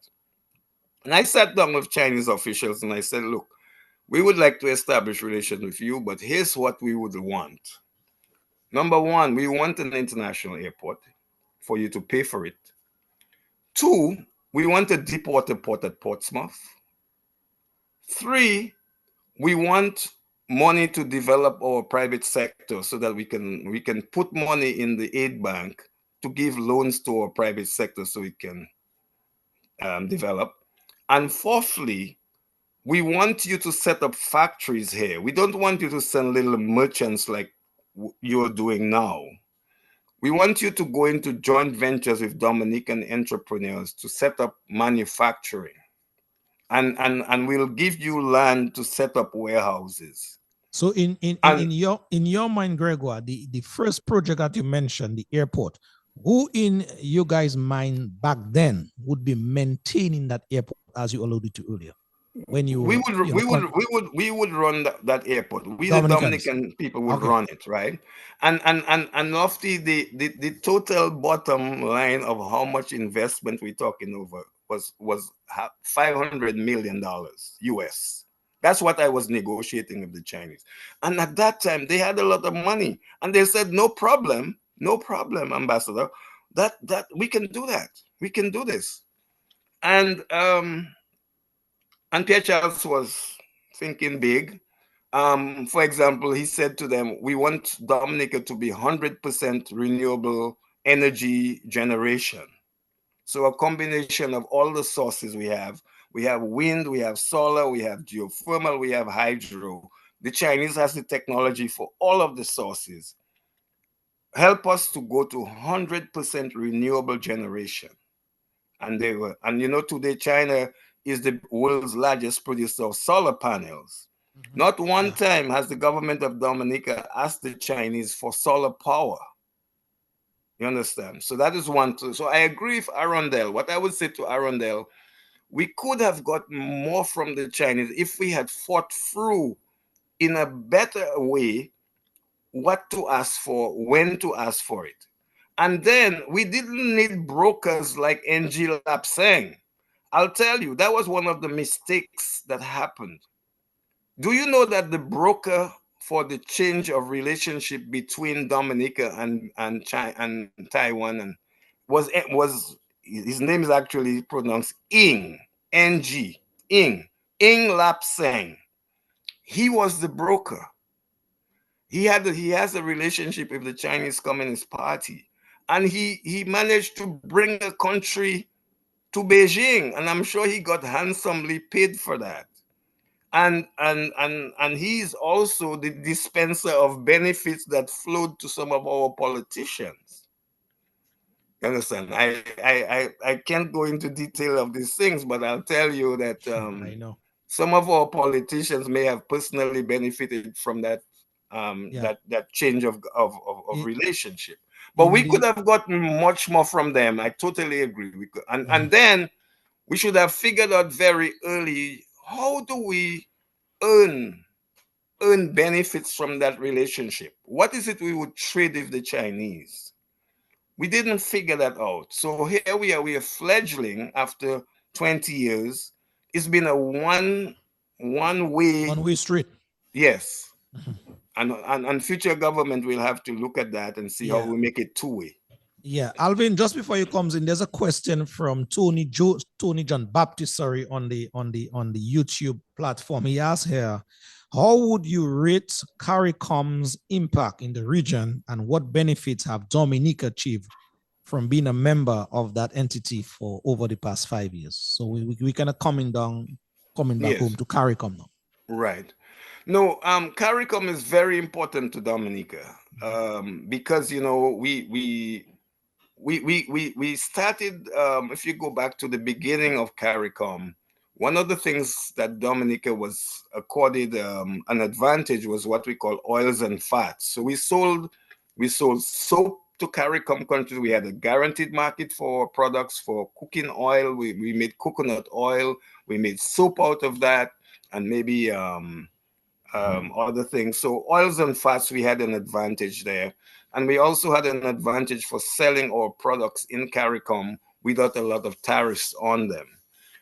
I will tell you, though, that that block of 14 states is a powerful block.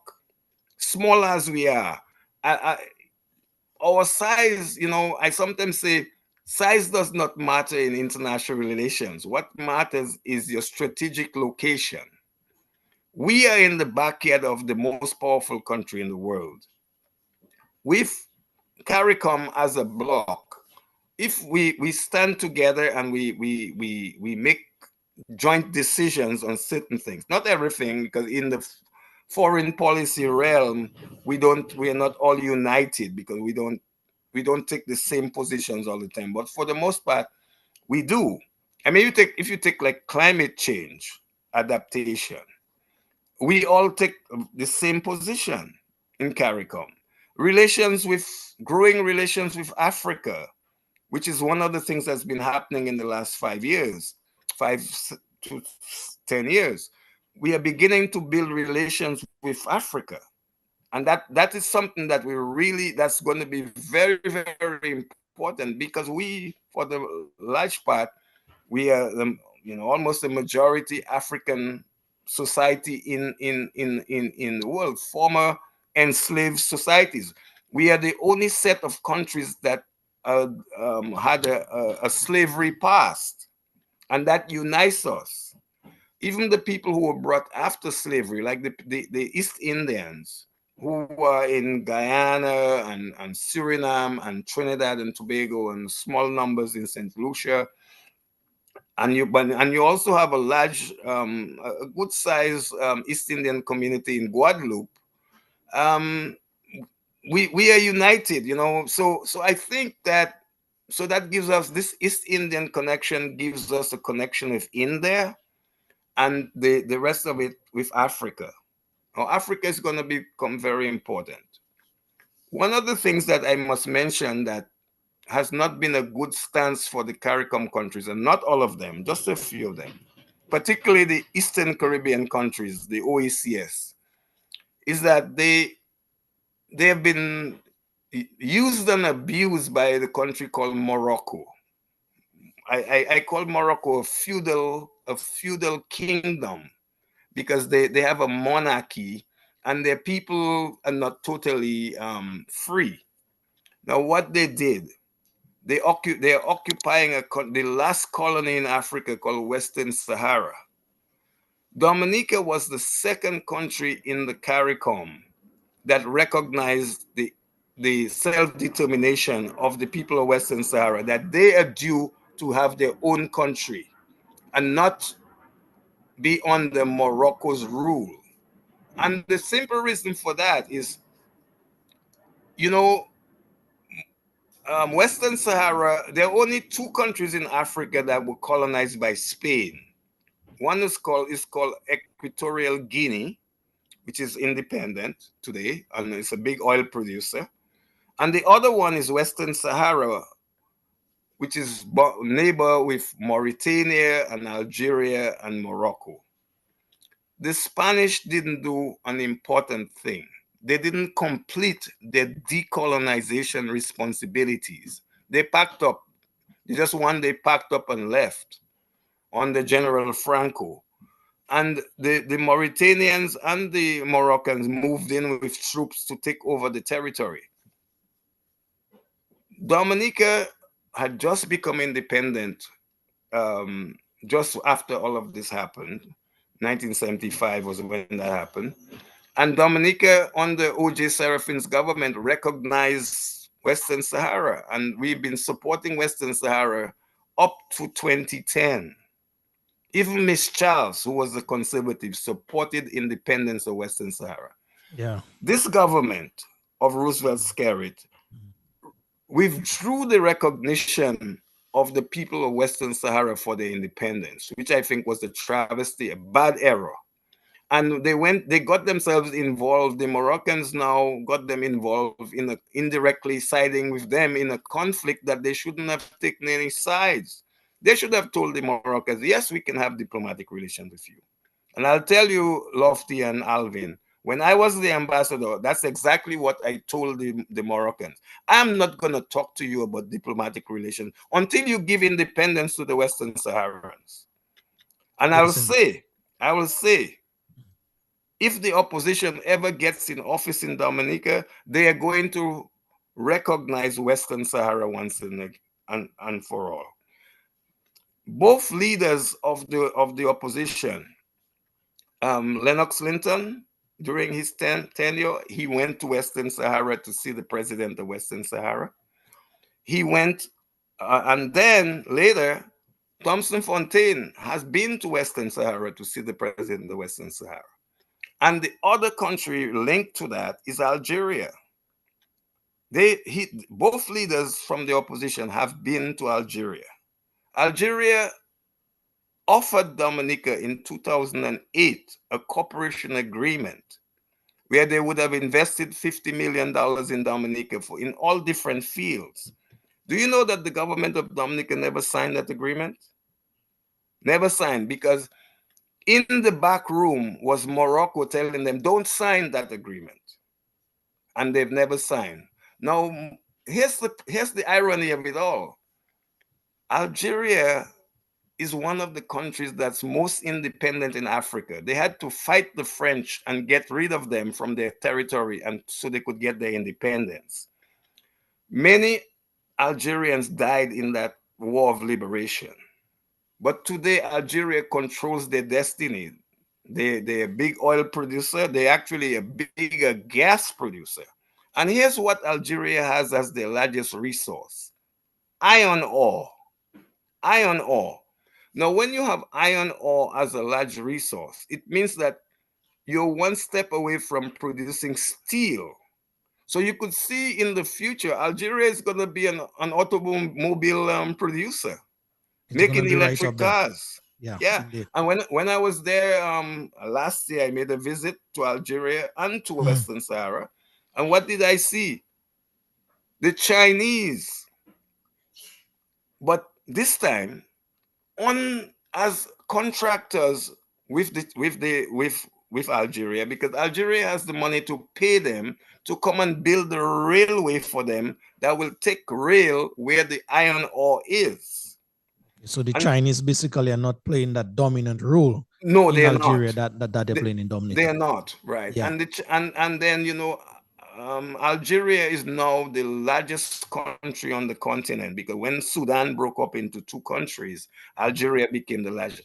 And Algeria have not even started building solar farms. I mean, they could have Yeah. huge solar farms, All right, Crispin, So, thank you very much. Thank you. yeah. Much appreciated all that information, packed with information. Alvin, I know you have some thoughts, but we have to wind it down in just a while. We had a question pending early Yes. up in the conversation from June Bellot, which reads, or which asks here. Yes. If Dominica does not export to the US, can the US, she asked, tariffs still affect Dominica's economy? If so, how? Yes. Well, one of the things that President Trump did is he put a 10% tariff on everybody, including us. Mhm. Now, I think that what I'm being told by US authorities is that it's negotiable. So I think the onus is on Dominica to negotiate with the Trump administration to remove these tariffs. Now, here's the challenge here. The trade regime that was established in 1983 when President Reagan initiated the Caribbean Basin Initiative, it allowed for duty-free trade of Caribbean products into the US market. Now, and later on, that was extended by it was called the Caribbean Basin Economic Recovery Act, somewhere around 1986 or so. So it is those two pieces of law, these two laws, that governs trade between the Caribbean countries and the United States. What is not clear, and the State Department can't answer that question yet, and what is not clear is whether the Trump policy is to put aside those two laws and start using tariffs, because basically there shouldn't be any tariffs on Caribbean countries. But now they're putting a 10%. And they've put 30% on the oil producing countries of Trinidad and Tobago, Suriname, and Guyana. I think that all of these things are negotiable, but the Trump administration is very transactional. President Trump, he doesn't give you anything for nothing. He wants something. And I think that part of the tariff game for the CARICOM countries is to reduce the Chinese influence in their countries. How they work that out is yet to be seen. It's very early. I am hoping that we can negotiate this 10% tariff and get the United States to accept that they must give us some kind of preference. Otherwise, we can't really trade with them. And more than that, the surplus in Caribbean trade, the Americans are making it's about $5 billion surplus they have with trade with the Caribbean countries. Balance. So they really need to give us some concession. And so when I posed that question to State Department people, they said, well, all of this is still to be decided. That it's not with them in State Department. It's really with the Office of the Trade, the trade representative of the United States. They're still trying to figure out how do they deal with the Caribbean and tariffs. So that is still an area for development as we go forward. Yeah. Good question. Alvin, I know there are some things that you have to say, man, so please punch it because Crispin yes. has unpacked so much, I mean, just to say quickly on the two last point that he raised, which is the trade regime that was passed into law in 1983 and 1986.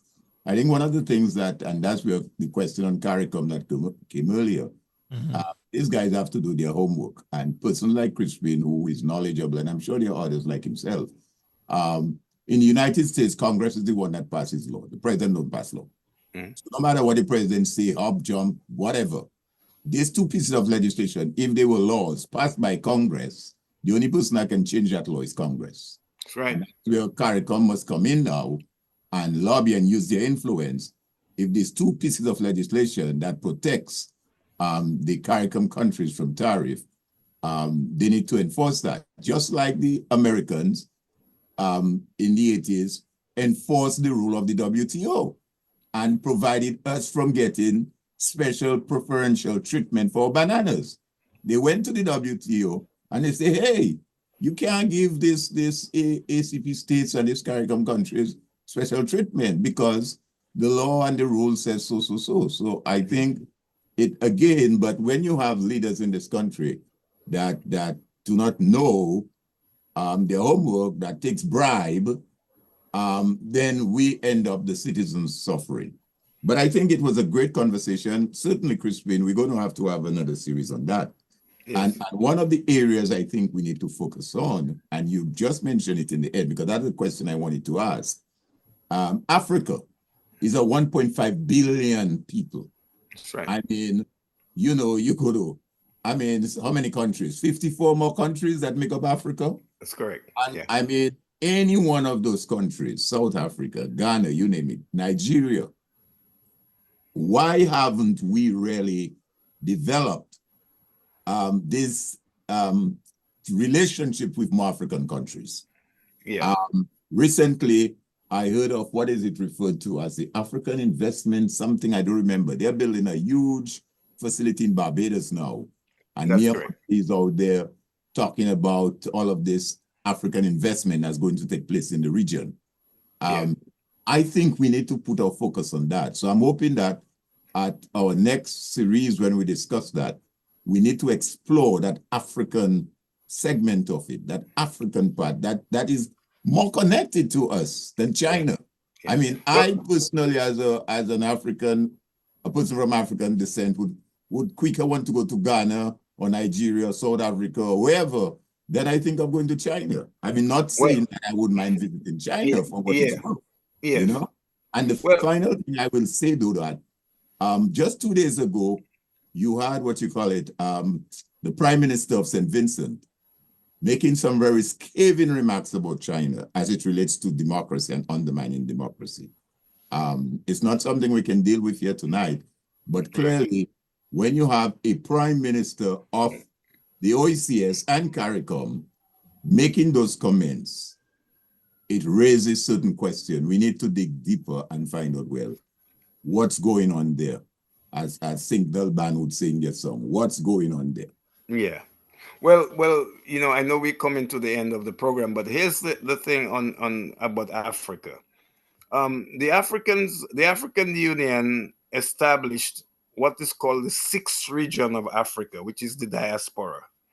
And in that diaspora of the African diaspora, the CARICOM countries are the only states, because you have what, 23 or 24 million African Americans as part of that diaspora, but they're not a country. They're in a bigger country. They don't, a country that has not treated them well. I mean, they're the ones who built America with slave labor.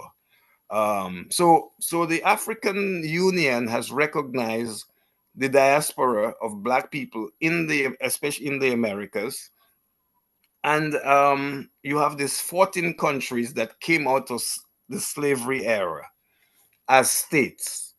So they want a special relationship with these countries by making these countries the sixth region of Africa, and all people of African descent who are in the Americas are part of that sixth region.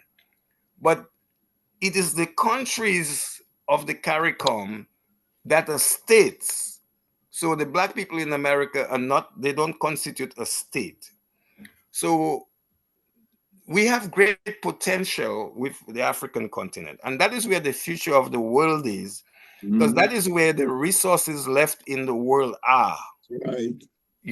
So the African countries are very important, and one of the things they have been discussing as a contingency, they're saying if climate change renders the Caribbean islands uninhabitable, that Africa will open its doors for the people of the Caribbean countries to relocate back to the continent. That is being discussed.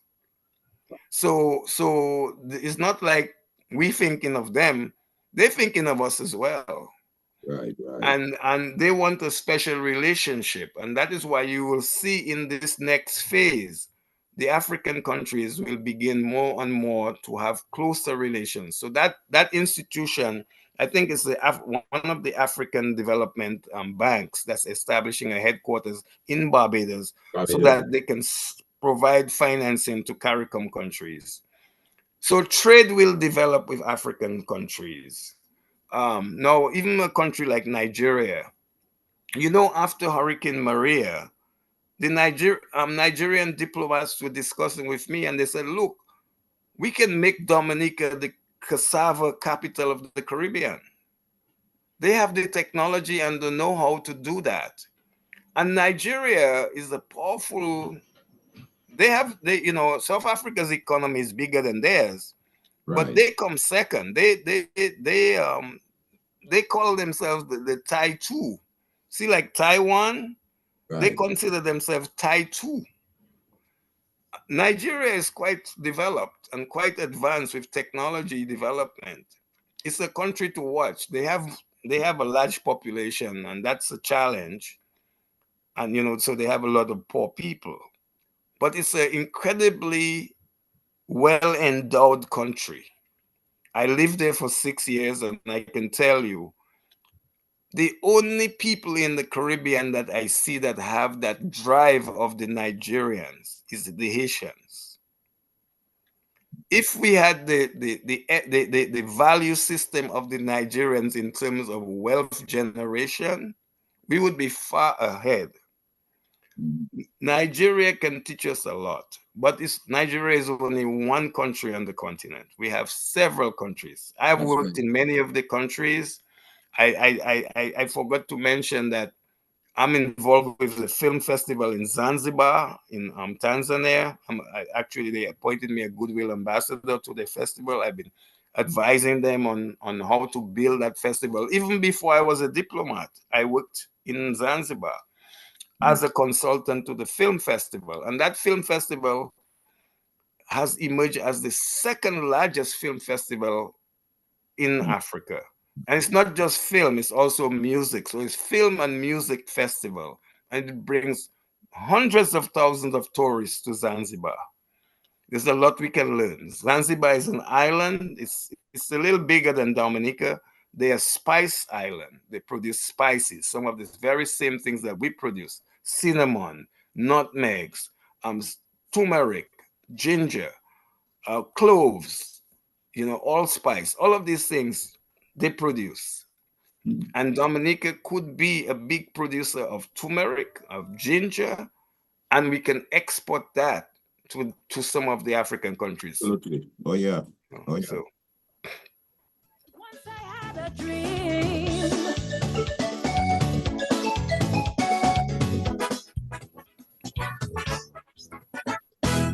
Politicians hold significant power. Shape the future for you and me through the right decisions, policies, and leadership. They can either empower the Yes, folks, we're going to take one verse from the Nashal. barrier He calls this one Dream Killer. our ambition and potential to be the best we can. As we wrap down this all-important program tonight. So, Mr. PM, what's going on? The more we try and try, we still staying down. You created an illusion, an imagination of a bright, prosperous, wealthy nation.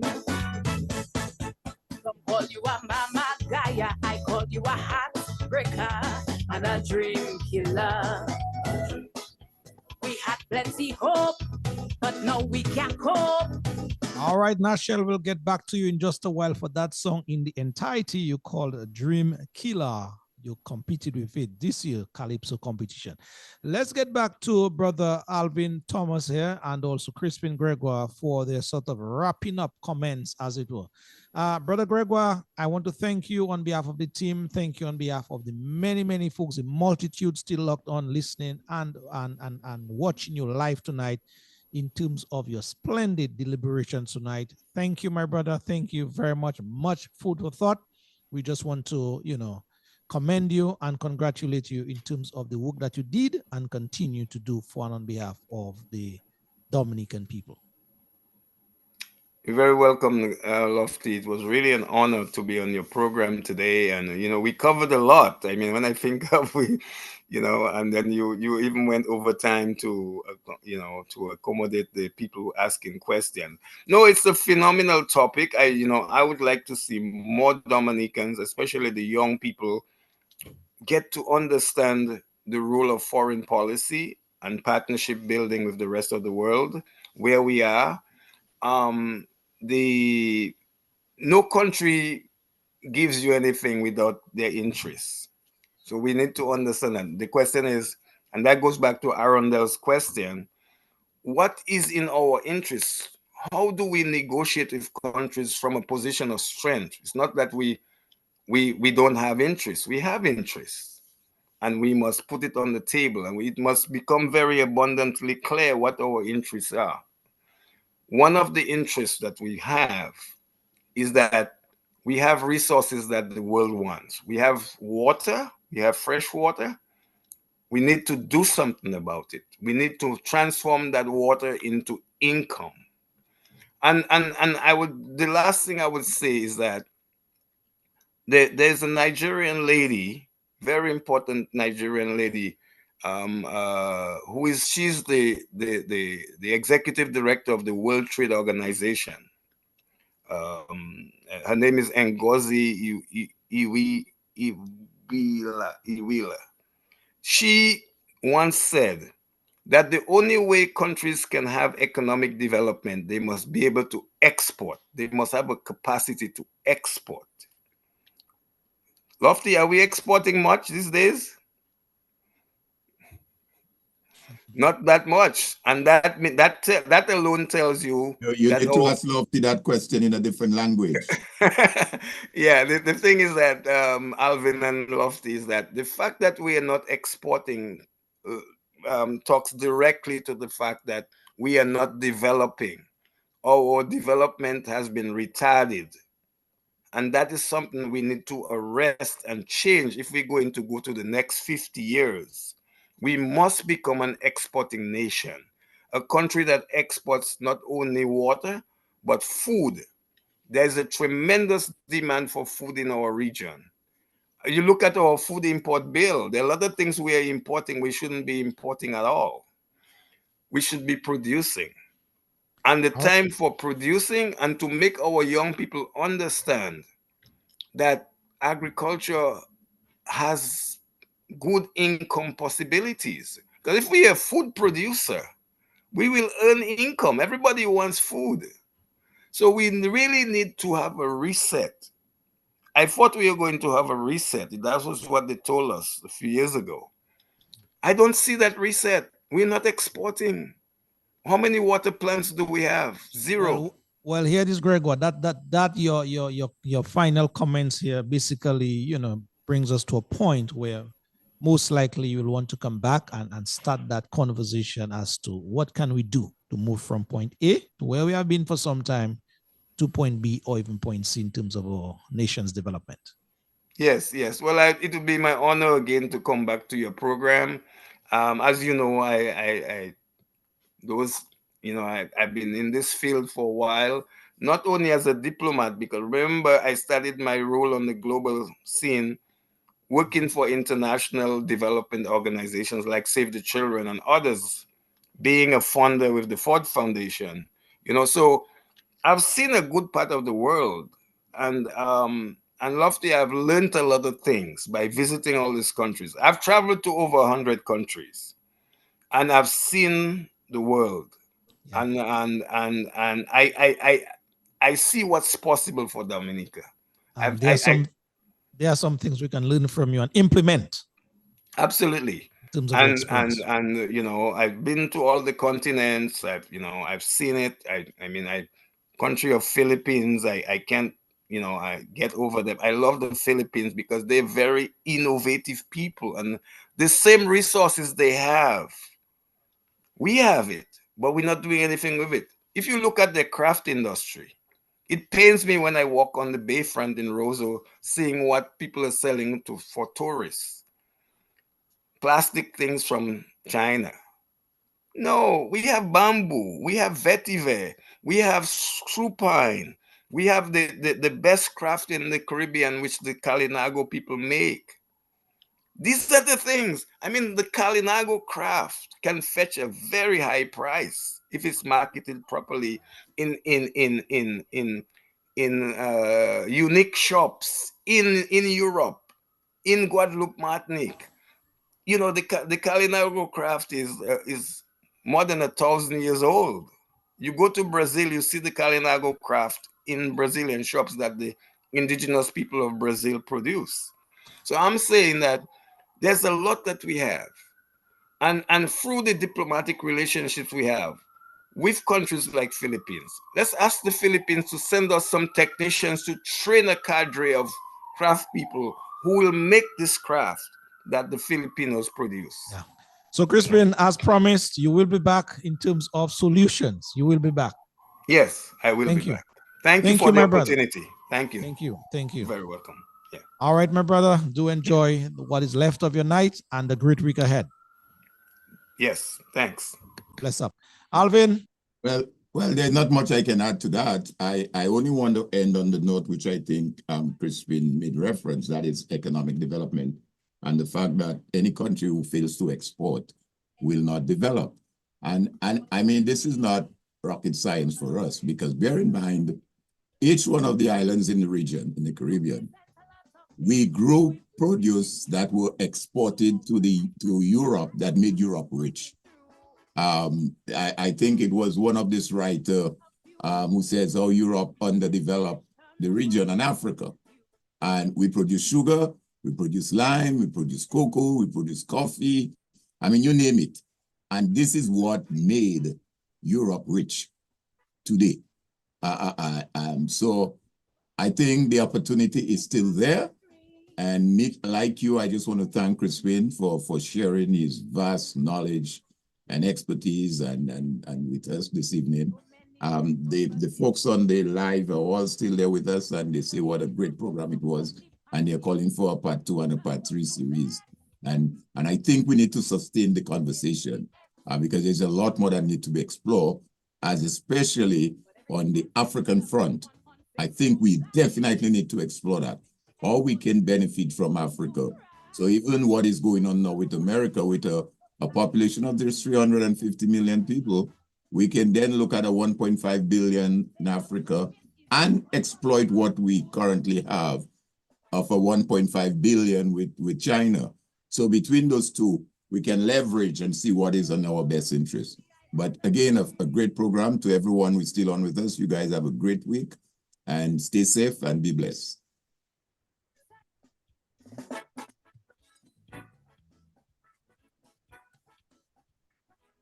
I had a dream. Yes, Nashel, thank you very much. We all have a dream in Dominica. Once I had a dream. A dream of a better Dominica.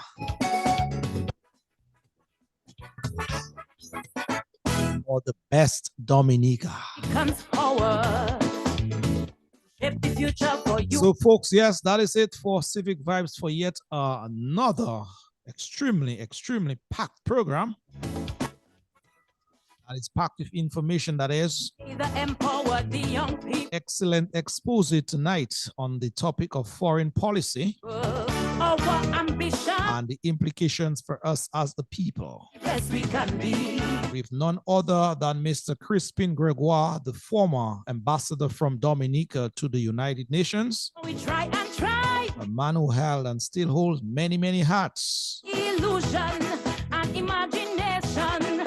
So again, thank you, Mr. Crispin Gregoire. Well done, well executed. Some call you a mama Gaia, I call you a heartbreaker. And a dream. Yes, folks, we know it was a little stretch tonight. It's 9 o'clock. Plenty hope. But every minute was good indeed, huh? You're a dream. So thank you for your patience and tolerance indeed. The mental health while you busy gaining wealth. You're a dream. To our fans, friends, and followers in Dominica, the region, and the globe, we thank you for your eyes and ears each and every Sunday. Dream killer.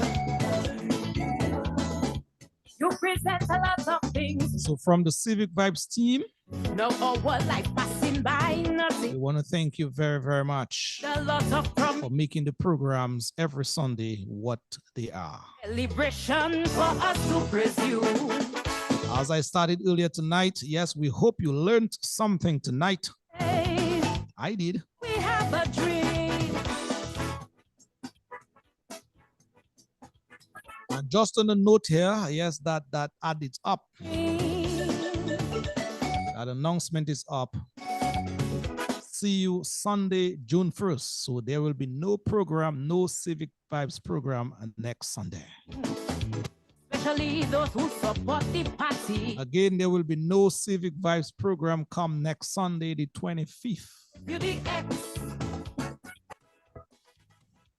So see you guys Sunday, June 1st, if the good Lord above is willing. The thing she exposing makes me want to cry. And I So on that note, have a productive week ahead just getting by.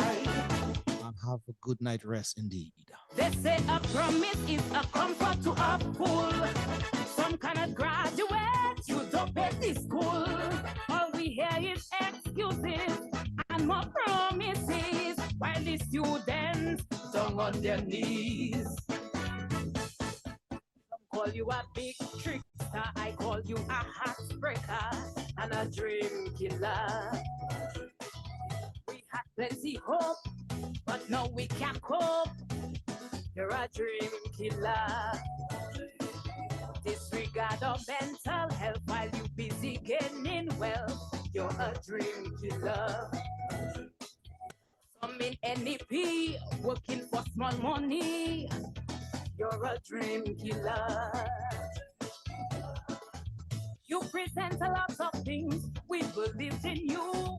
Now our life passing by, nothing coming through. It is so embarrassing while you there smiling. Baby debts are grumbling, the college waiting. Hey. Oh, Felicia had a dream.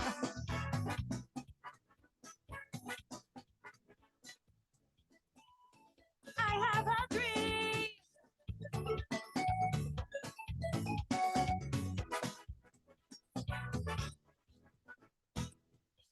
hard work and determination, we can reach our destination through access to capital, education, and mentorship. But consider yourself as a young man stuck in the cycle of stagnation, where corruption creates limitations and overwhelming sense of frustration. Every day he faces the harsh reality.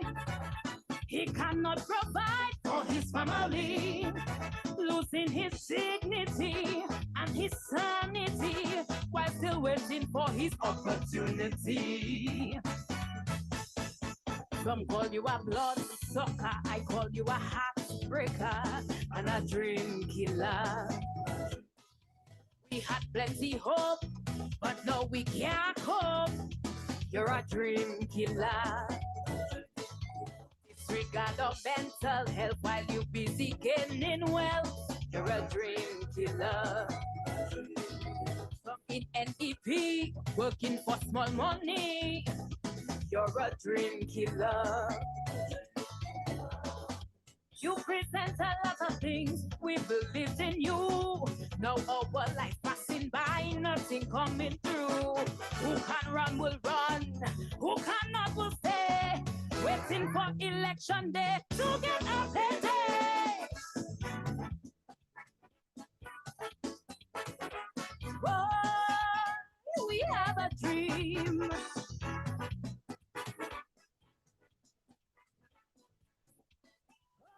We have a dream.